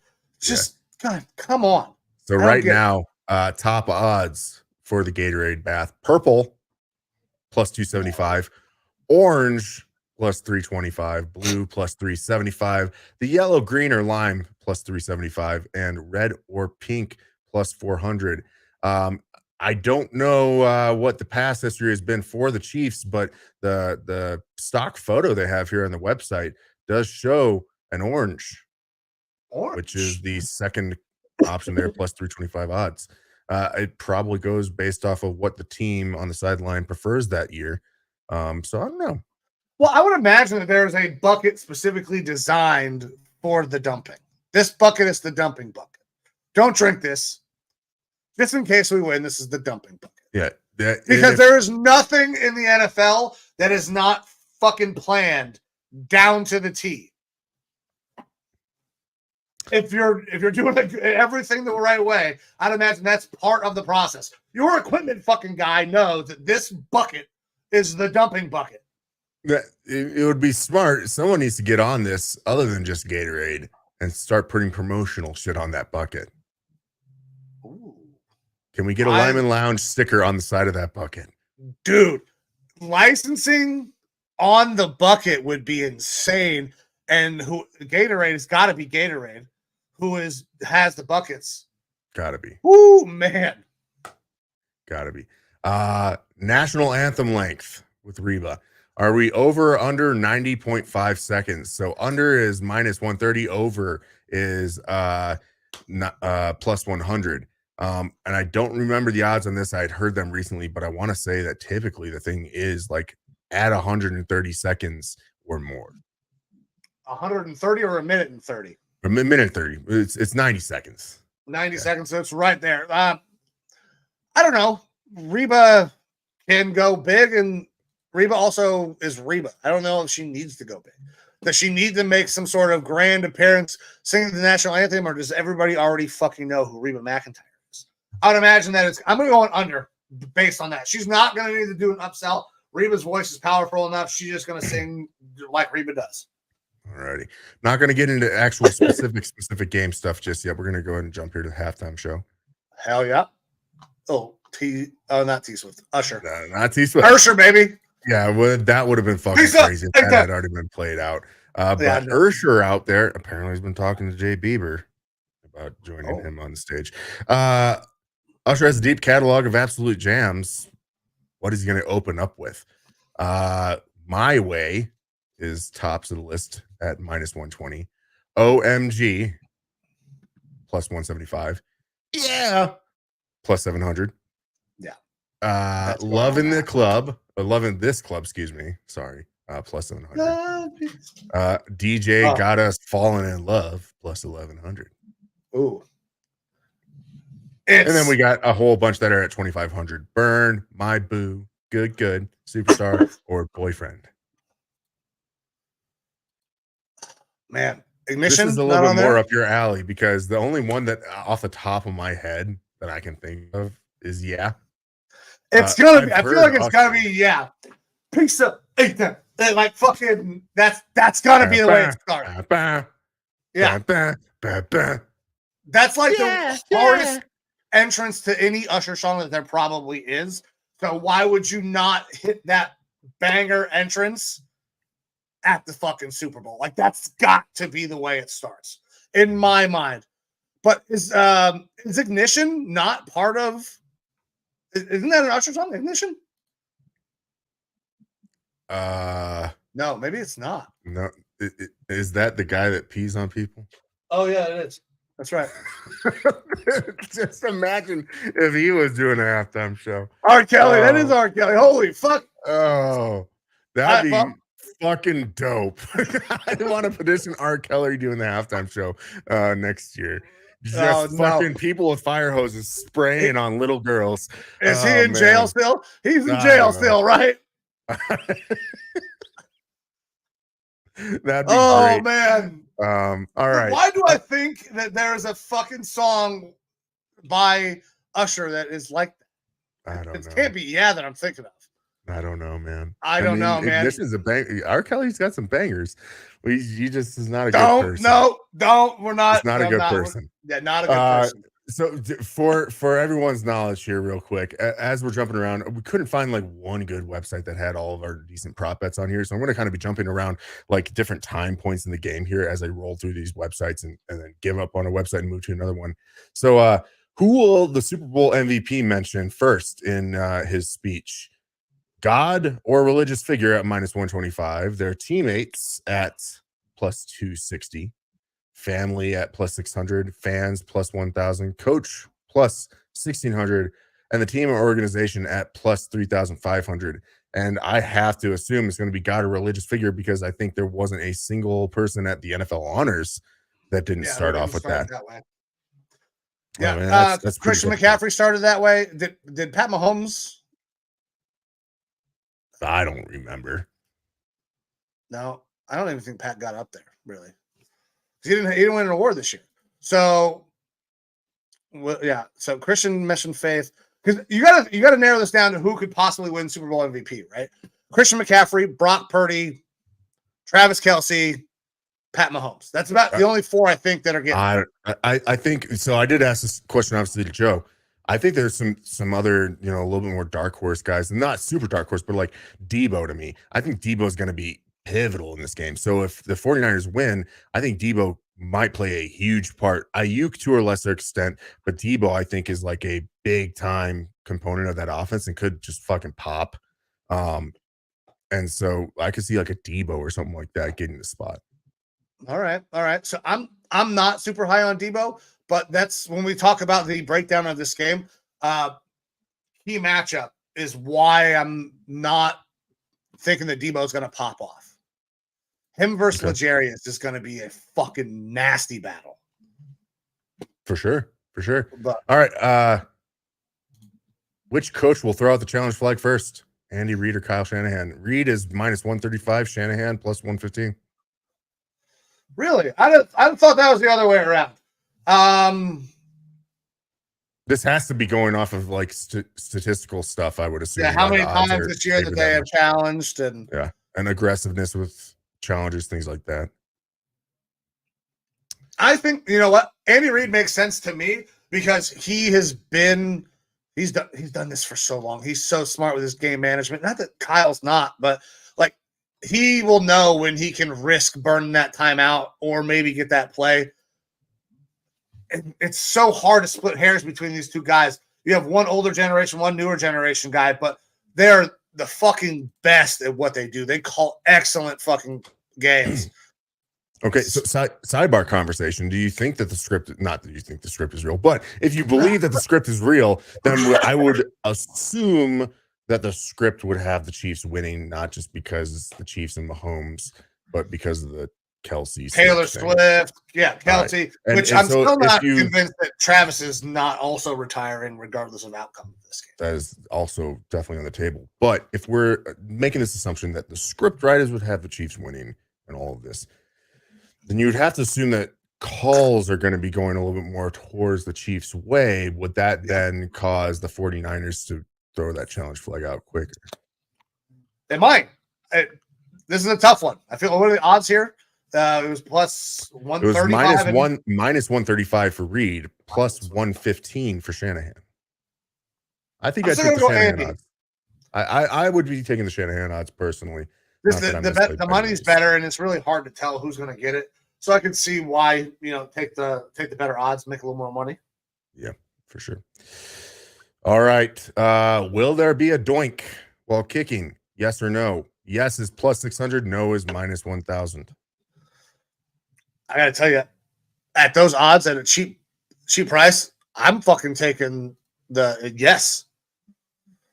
I really am, because Jake Moody is bound to fucking miss one. He has missed clutch kicks all year. Did it here. He did it in Cleveland, but that was a little bit of a different setting as A far little as bit of a different setting. environmentals. Okay, but that's not the first time he has missed an important fucking kick. Little comment from Joe here. Deep conspiracy guy, you have to believe calling out the script ahead of time makes the NFL change it to avoid getting caught, like the logo colors, for instance. I don't know. They might ride. They might just what? They might just ride with it. Maybe. But the NFL also doesn't have a complete buffoon as the commissioner like the MLB does. So I would imagine that there's probably people who make things work the way they need to make it work, so it doesn't look like a ruse. Yep. If the script were real. No, I do not believe the script is real. I have to apologize. I've just found a smaller treasure trove of Taylor Swift ones here, so we're just going to inject this again. It's good for the show. Oh, okay, here we go. It is. That's what you're doing, Eddie. This is will the MVP mention Taylor Swift in their speech? Yes is plus 520. No is minus 900. What are the odds on Travis Kelce winning the fucking MVP? Because that's the only way it happens. Not necessarily. You think Pat Mahomes does it? Or Andy Reid? I think one of the two of them could be like, "Thanks, Taylor, for being here. Let's go get." But it has to be the MVP, right? Yes, that's true. Okay, Pat or Travis. So it's. I suppose with the 49ers win, they might throw some shade. They can mention her. Oh yeah, I didn't think about that reverse ways. Yeah, the odds are probably right for no. George Kittle wins MVP. Does he? Why are there all these comments? I must have missed something that Kittle is apparently going to be with Taylor Swift following the game, and I made that up on the spot as a joke. If there's something else going on, I don't know. Dude, no, there are multiple people. Like I have seen multiple reports, like on Taylor Swift things and Travis and George Kittle. Look, I didn't know George Kittle had a wife, let alone his wife's name before the show started. And because I was going to ask Joe that question, I looked it up. If I'm George Kittle, I'm happy. Okay. Like, we're cool. It's fine. So we're gonna get so fucking canceled for this episode. Hey, you know what? Great show though. Great show so far. Kittle would say sorry, Taylor. Yeah, there you go. That's the little bit of shade. All right. Let's see here. Will Taylor Swift be seen cursing on broadcast? Yes, plus 600. No, minus 300. There have been several of those this year. She's got a potty mouth. It's scary. Got a dirty little mouth for a nice girl like her. Have you seen the people that are like, oh my God, how could she do that? She's a girl in the stands watching the game. She has no idea the camera's on her. That's how. Claire Kittle's a good one. Oh man, here we go. No, she will probably cuss. Will they catch it on camera? Who knows? I don't know how often Taylor cusses.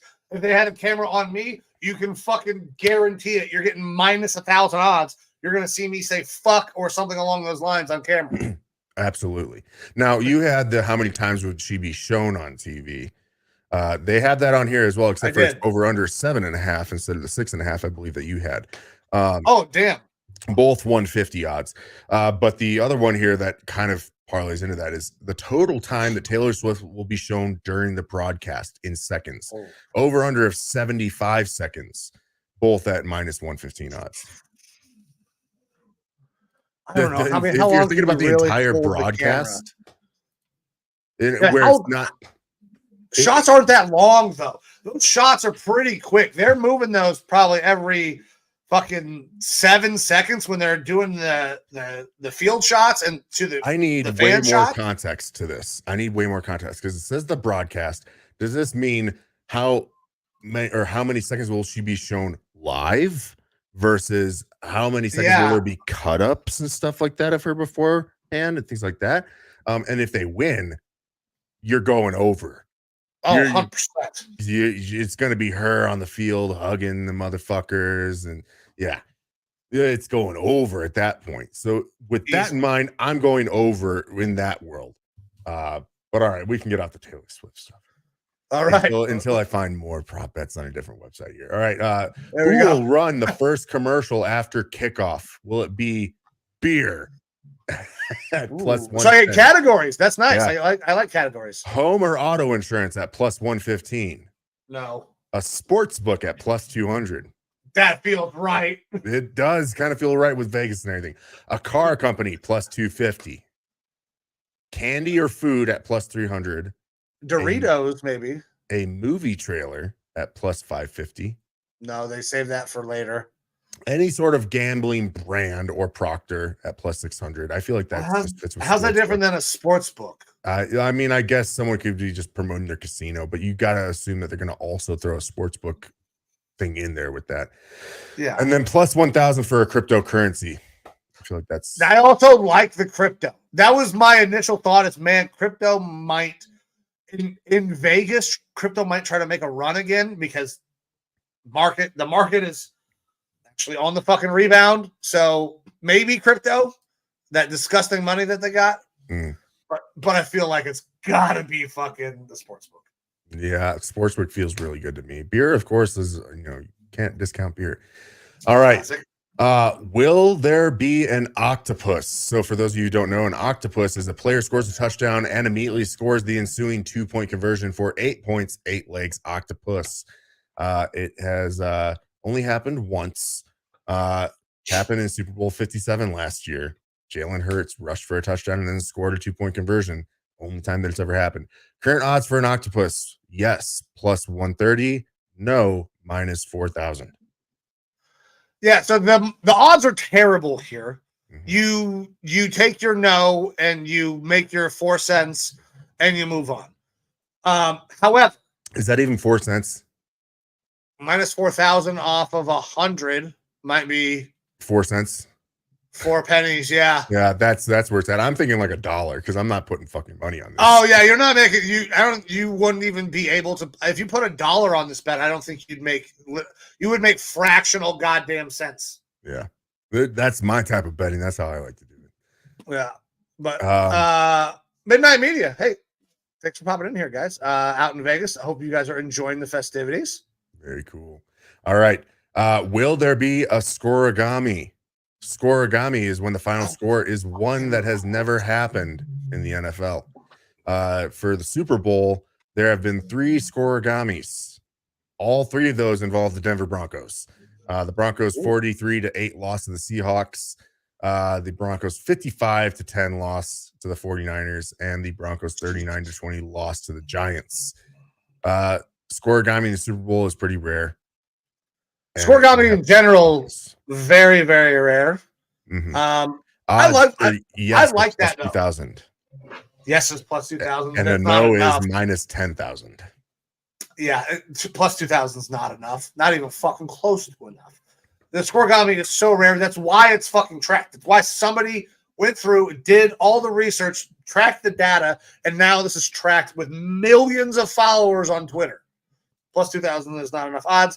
I would love to see a scoregami, but you're pissing your money away if you put it on a yes. Yeah. All right. Not as rare as these first 2 props, but a safety being scored in the game. Odds for yes, plus 1,000. No, minus 2,000. Sorry, give me that one more time. I was reading the comment we just had come in. I'll pop up in a second. A safety to be scored in this game. Yes, plus 1,000. No, minus 2,000. No, that's another thing that's so goddamn rare at this point in the NFL. I think the only way we would see a safety in this game would be if it is an intentional safety, just to keep the ball away from, if the situation is right at the end of the game. I just cannot fathom one of these offenses being bad enough to give up a safety. Pat Mahomes is so smart; he'll get rid of the ball or he'll check out to something easy. And the 49ers offense is fucking so good. I'm not. I'm all out on that. All righty. the comment that we had here from Midnight Media, putting $1,000 down on a Christian McCaffrey anytime touchdown. What do we think?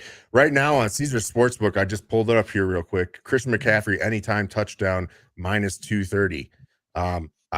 I feel that's one of the stronger bets in this game. Like, McCaffrey is a touchdown machine. We talked about that. He had like 14 straight games or whatever of scoring a touchdown in one way, shape, or form. Like, anytime touchdown for McCaffrey seems like a solid bet to me. Yeah, that's why you're getting 230 odds at it, because it's such a high probability that McCaffrey is going to score. Like, he has been that dude for them all year. When they get down near the goal line, that's who they're trying to get the ball to, whether it's pass out of the backfield or a fucking run. Like, that is their dude. That's their touchdown machine. Exactly. It feels like free money. I agree with you. I don't got $1,000 put down on it, brother, but hey, it does, to me, feel like free money. If they win this game, Christian McCaffrey's the MVP in my opinion. Yeah, that's like Rockstar. If I gambled, I'd take that. Like, yeah, I don't have the money. I don't think I could even put 100 down and feel comfortable with myself right now. Like, I could.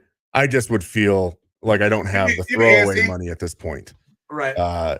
Yeah, for the potential winnings. But yeah, that definitely feels like free money in my opinion. If you got the sort of scratch to throw around that, always bet responsibly though. We'll throw that out here, and I'm gonna Hey, whatever your unit, bet your unit. That up. Yeah, absolutely. If you need gambling, there you go. All right, let's move on here. Listen, Midnight Media is fine. $1,000 ain't nothing. Dave Portnoy has put down some bets that, Jesus Christ, I wouldn't have fucking touched with the stick for $50,000.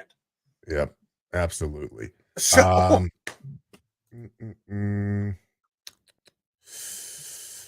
will the coin or the team that wins the coin toss actually win the game? Okay, so yes, 105, no 105. So both the same odds there as well. So the historical data shows that the team that wins 8 of the last 9 have lost. If they win the coin toss, they lose the game. So, I mean, sure, could you be ready for a reverse of fortunes? This always feels like you're playing fucking roulette because, okay, I have fucking black. Now it's time for a red. And then that bitch comes up green. It's so hard to tell. What do you think, man? Tell me what you got. On these 50-50 ones, there's obviously a lot more that goes into it. I feel like going out and getting the first score in a game actually can matter a lot in this sort of an impactful, emotional game. So the kind of the thought process is, in my opinion, you take the ball if you get the coin toss. You put your offense out there and let them go get you a score of some sort. If you get a touchdown, you're feeling really good. And we'll get a little bit more down into our team by team breakdown analysis of what we think is going to happen with this game. But like, if I'm either of these teams, regular season, you win the toss, you defer. That's the way I feel like this is a smart play to go. In this one, I do feel a little bit more aggressive of, if you win, momentum. You take the ball, you get the momentum, you try to score. And with that in mind, I feel like it's a better odds for the team that wins the toss at that point. But it's so nuanced as to what would happen here. So Yeah. This is gambling to the T. This is gambling at its finest. You have absolutely no fucking idea, but Vegas will take your money. There's a reason they all have chandeliers in the casinos. Mm-hmm. All right. Halftime show here stuff again. Over under for Usher's set list, 8.5 songs. That feels like so many, dude. When we had, was it four or 5 artists on stage with Dr. Dre, Eminem, that whole group? They did what, 9? Yeah. And that was fucking 4 people, 5 people. And I wanted more. I wanted more as well, but I don't know that we can realistically expect Usher to do that many unless he brings out special guests. Alicia Keys has been rumored. Bieber apparently has been rumored. Yeah, and that was the next one. Is right now the highest odds for special guests is Alicia Keys at -320. Yeah, I mean, that one feels right. There's no way he fills up that much time. Love Usher, but no way he fills up that much time with Usher songs that just bang the whole time without bringing out a special guest. No, Rihanna did a full set on her own last year, right? I don't think she had Maybe she come out. did. Yeah, but it was shorter. It felt like it was way shorter. She did have one special guest, her unborn child. Yes. ASAP Rocky, making sure that appearance could happen. Yep. All righty. Man, a lot of these are repeat bets here. We can start getting into a little bit more of the regular game bets. We have a Taylor Swift induced prop bet. I wish you, or I knew you were trouble for Christian McCaffrey. 150 plus rushing yards and receiving yards is currently plus 160. 150 total yards. That's a lot, but is Christian McCaffrey capable of doing it? 100%. Like, so at those odds, I like plus money there for sure. I like plus money. All right. We have the anti-hero bet. Brock Purdy, 250 or more passing yards and 2 or more passing touchdowns. Odds for the anti-hero bet are plus 200. That one's tough for me, man. Brock, and going through and looking up, numbers for this game and checking out bets. Brock has had a lot of turnover-worthy plays. Is it possible that he will make a ton of great plays and throw for a ton of yards and touchdowns? Absolutely. But he has also had a lot of turnover-worthy plays that haven't happened. And this Chiefs defense has been so opportunistic of late that I feel like he may struggle a little bit in this game, which is why I keep saying that Christian McCaffrey will be the MVP if the Niners win this game. So I'd like the under. That's a no for me. I'm going no. He can't get that done. All righty. First touchdown scorer. Right now, best odds, Christian McCaffrey plus 400. Second is Isaiah Pacheco at plus 650. Travis Kelce plus 700. Deebo Samuels plus 850. And Rashee Rice at plus 900. I mean, I like the Travis Kelce tight end score in the Super Bowl. So that makes the most sense to me. All righty. Let's see here. Game total over under 47.5. We are kind of getting into the regular stuff here. Yeah, now we're about to start that analysis.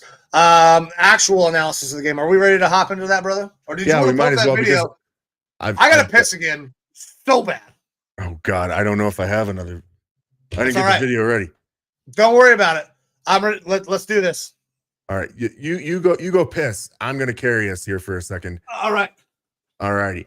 So getting into the actual regular game bets. Right now, according to ESPN, the spread is 49ers minus 1.5 points. 49ers favored in this game.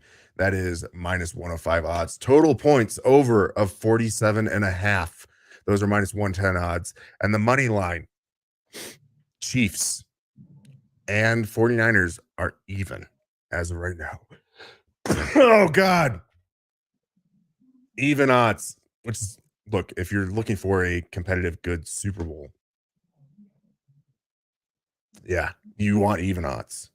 You don't want that. I mean, there's something to be said about an underdog team winning and keeping it competitive, but in general, having those even odds, the expectation that it's going to be an even game, just back and forth, that's a good thing. Midnight Media saying if CMC is the MVP, then you should get that payout. Absolutely. I don't think he's getting MVP if he doesn't have a touchdown of some sort.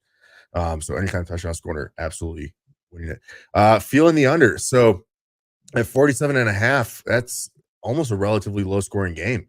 Joe Rockstar saying no Tooney playing. Hargrave gets to eat. Is it been confirmed that Joe Tooney? Yep, he is out for the game. I know with that pectoral injury, he wasn't going to practice. I hadn't seen for sure whether or not he was going to be out or not for the game. Midnight Media feeling the under 47.5. To me, that's a little bit of a low scoring game. Now, Chiefs, really good defense, and the offense is kind of sputtered. But again, we're talking about Mahomes in the playoffs. That's that rough one. Is that like how much credibility can we give to Mahomes in the playoffs? Like he just seems to be magic there. He is. Where we at, brother? I'm sorry. Well, we're good. I'm kind of going through comments here. Midnight Media is feeling the under on this game, which is 47.5. The money line is even, and the spread is 49ers minus 1.5. So money line has moved to even because that started out as a 2.5-point favorite for 49ers at the beginning of the week. I believe it was 1.5 when we started last. I saw. We're moving to even. That's a big movement for a Super Bowl. I'm seeing money line Chiefs is even. 49ers, we're seeing 120 for the money line, minus 120 at some spots. I would always go for the over because nobody wants to root for no points, but I've been burned with conservative and tight defenses. And this has been a year for unders in reality, especially in prime time games. I hate betting for bad football, but unders have hit so much. Like, there are teams that I will always bet the under, or at least this year I did. Jets under, Broncos under, unless they were playing the fucking Dolphins and they gave up the over. Yeah, but I like the over here though, man. I think this is going to be a really fucking good game. Joe was talking about a possible blowout. I do not see that happening. I really don't. I don't expect there to be if you look at the box score at the end of the game, it could be viewed as a blowout, but I could feel one of these teams getting ahead by a touchdown and then scoring another late game touchdown to kind of seal the deal within the last minute or two type thing. And then, a 14-point plus deficit, that is definitely going to make it feel like a blowout. Like it's a blowout, in reality, but it won't be. It could probably be tight. But so we can get into our actual thoughts here on the game though. If you want. Yeah, I'm ready, brother. All righty. So we are, I believe, of differing opinions on this one. I believe that we are. All righty. So for me, it is tough to discount Patrick Mahomes. You look at the interviews going down, the media row there at the Super Bowl in Vegas this year, and they ask players, what's your prediction for the game? And a vast majority of them are saying, hey man, it's tough. It's tough to say that Patrick Mahomes is going to lose. So he just is special in the playoffs and finds ways to win, and I can't discount that. But at the end of the day, I've got to go with my gut here. It just the 49ers feel like a better team. The same thing I've been saying all year. This Chiefs offense is just devoid of kind of playmakers. They've got some good guys in Pacheco and Kelsey, and Rashee Rice is definitely showing out, but. Of course, the greatest quarterback playing right now in Mahomes. But, that offense going up against a 49ers defense, which their secondary is their weakness, I still feel like the 49ers secondary was going to be able to match up well against that offense. And then on the flip side, the 49ers offense, I really like what they're able to do. Yes, the Chiefs defense is good, but, we went over in one of my offseason outlooks, the PFF rankings for that Chiefs defense, they're still technically middle of the pack. Yep. Their interior rush would be really tough. 12 on though, that was a fucking different defense. For sure. And I think Spags is going to dial some stuff up. That middle pressure is going to be tough. But for me, I like the 49ers in this one. I like them to win. I'm calling the 49ers outright money line for a win on this one. A close game. It's going to disappoint a lot of people, I think, because I think a lot of people are buying into wanting that NFL script of Chiefs win, Taylor Swift, Travis Kelce, that whole thing, a easy out for retirement for Andy Reid and out of retirement for Travis Kelce. The storyline matches up so well with the Chiefs winning this one and kind of a lot of people walking off into the sunset. But for me, it's the 49ers. I just feel like they are a better team. Despite that middle of the season slump, them getting healthy, CMC being healthy, Debo being healthy, Trent Williams being healthy. They've got so many star players. That 49ers team is just loaded with star talent. And you do have stars on the Chiefs, but not near as much and not as impactful as the way those Chiefs are playing. And I'll even throw Brock Purdy in there as a star player in this offense, the way that he has been playing and leading this team. Oh, he's been fantastic. He's the oil that makes this engine run right now. And the last bit that I have with this, and this is one of those anecdotal things, there is a somewhat famous now Redditor who has picked the last 16 Super Bowls incorrectly. Correct. I've seen this guy. Every winner that he picks loses. He's picked Great. the Chiefs to win this game. Yeah. So if he's wrong like normal, the 49ers will come ahead on this one. So I was back and forth, but I am of a dissenting opinion this week. I think that the 49ers are the better team. I think that they have so many more offensive weapons, but I know that the Chiefs find a way to win games. Oftentimes they shouldn't fucking win. They have been so good. Bert, shut the fuck up. They have been so good for so long that you cannot discount Pat Mahomes. I don't care that Travis has struggled. He has dropped passes. Rashee Rice looks like he's eventually going to progress to be at least a solid 2, but probably never a 1. This team doesn't have a 1. Isaiah Pacheco may be able to run. Stylistically, this game matches up really fun because the Chiefs are going to probably shut down Brock Purdy a little bit. We're going to see Christian McCaffrey have to be the engine that makes this thing go. That L'Jarius Sneed versus Deebo Samuel matchup is going to be fucking electric because one thing that we're not going to see is Deebo is not going to get jammed all the way to Cancun like fucking Tyreek Hill did. Deebo is a big boy. He will fight that back. That is going to be a massive matchup. I've gone to Deebo a couple times talking about him so far today. Like I think that he's going to be one of the more fun guys to watch in this game. And another thing for me is that not to discount Andy Reid and his play calling and whatnot, but Shanahan always is able to add a little bit more razzle dazzle with his stuff, and you don't see as much of that, especially this year with the talent that's on the Chiefs and not having the enemy there. And that's why I think that the 49ers are going to be able to have a little bit more razzle dazzle. Debo's that guy that, that back end of that Chiefs defense, though, is very, very good. Brock Purdy is willing to put the ball into bad spots. He has a turnover worthy play rate, almost as similar as fucking Bryce Young's. This is going to be very, very close.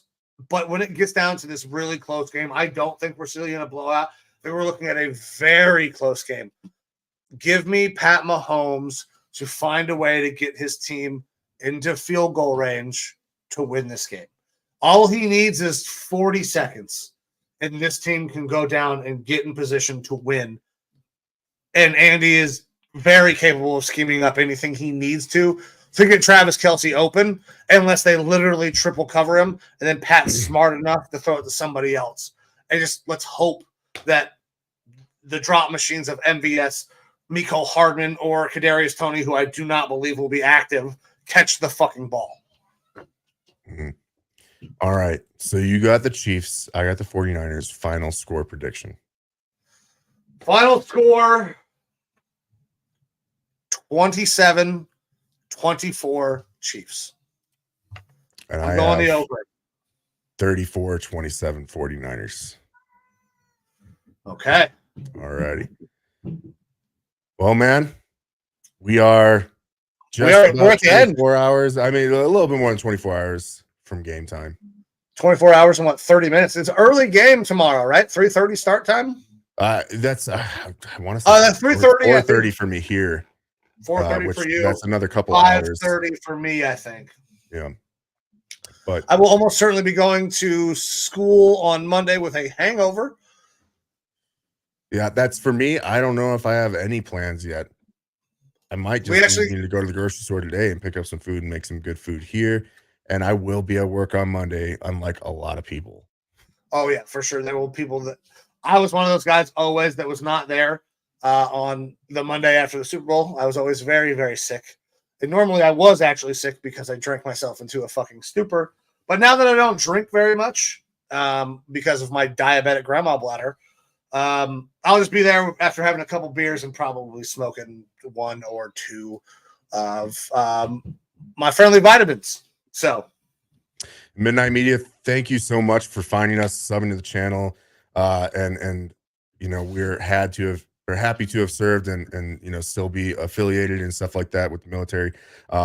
We are just two dumb, thick idiots that like talking sports and football. And if you don't know the backstory, this is us with our buddies sitting around at the table at work, on military bases or on deployments, bullshitting about sports and having a good time. And we like having that conversation so much that now that our family has expanded and grown and blown out across the country, we want to be able to continue that conversation and invite other people to enjoy that with us. So thank you so much for subscribing and finding our channel. Please let anyone else that you think might want to be a part of this conversation join in and be a part of it with us. Absolutely. Thank you. Appreciate you, brother. Joe, we all miss it, man. That place was special while we had it. But we try to recreate that here as much as we can. But Evo, my man, we ready to wrap this motherfucker up? I think so, buddy. All right, guys. I'm Mike. Season. It has, man. I'm fucking and off season. Normally we take a break. We take a 1 week hiatus to get ourselves right. We don't have time. There's too much shit to do. There are so many fucking guys to scout in the off season. We will be back next week. But this is the Lineman Lounge. I'm Mike. That's Evo. If you want to interact with the show, go to the YouTube, watch us live, interact. Midnight Media shows you just how to do that today. You can go to the Facebook group, Twitter, at Lineman Lounge, TikTok, Instagram, all that shit's blowing up. We have been fantastic. Merry Christmas as well. We're a little late, but Merry Christmas as well. Also, that last one, free agent analysis for the Dolphins. Go check out the page. Evo has been doing off-season analysis. We'll see what he talks about with the draft. Guys, thank you. We appreciate you. Anytime you spend time with us, we cannot thank you enough. Time is the most valuable thing that you have. So we'll be back next week, but we're going to get the fuck out of here. See you.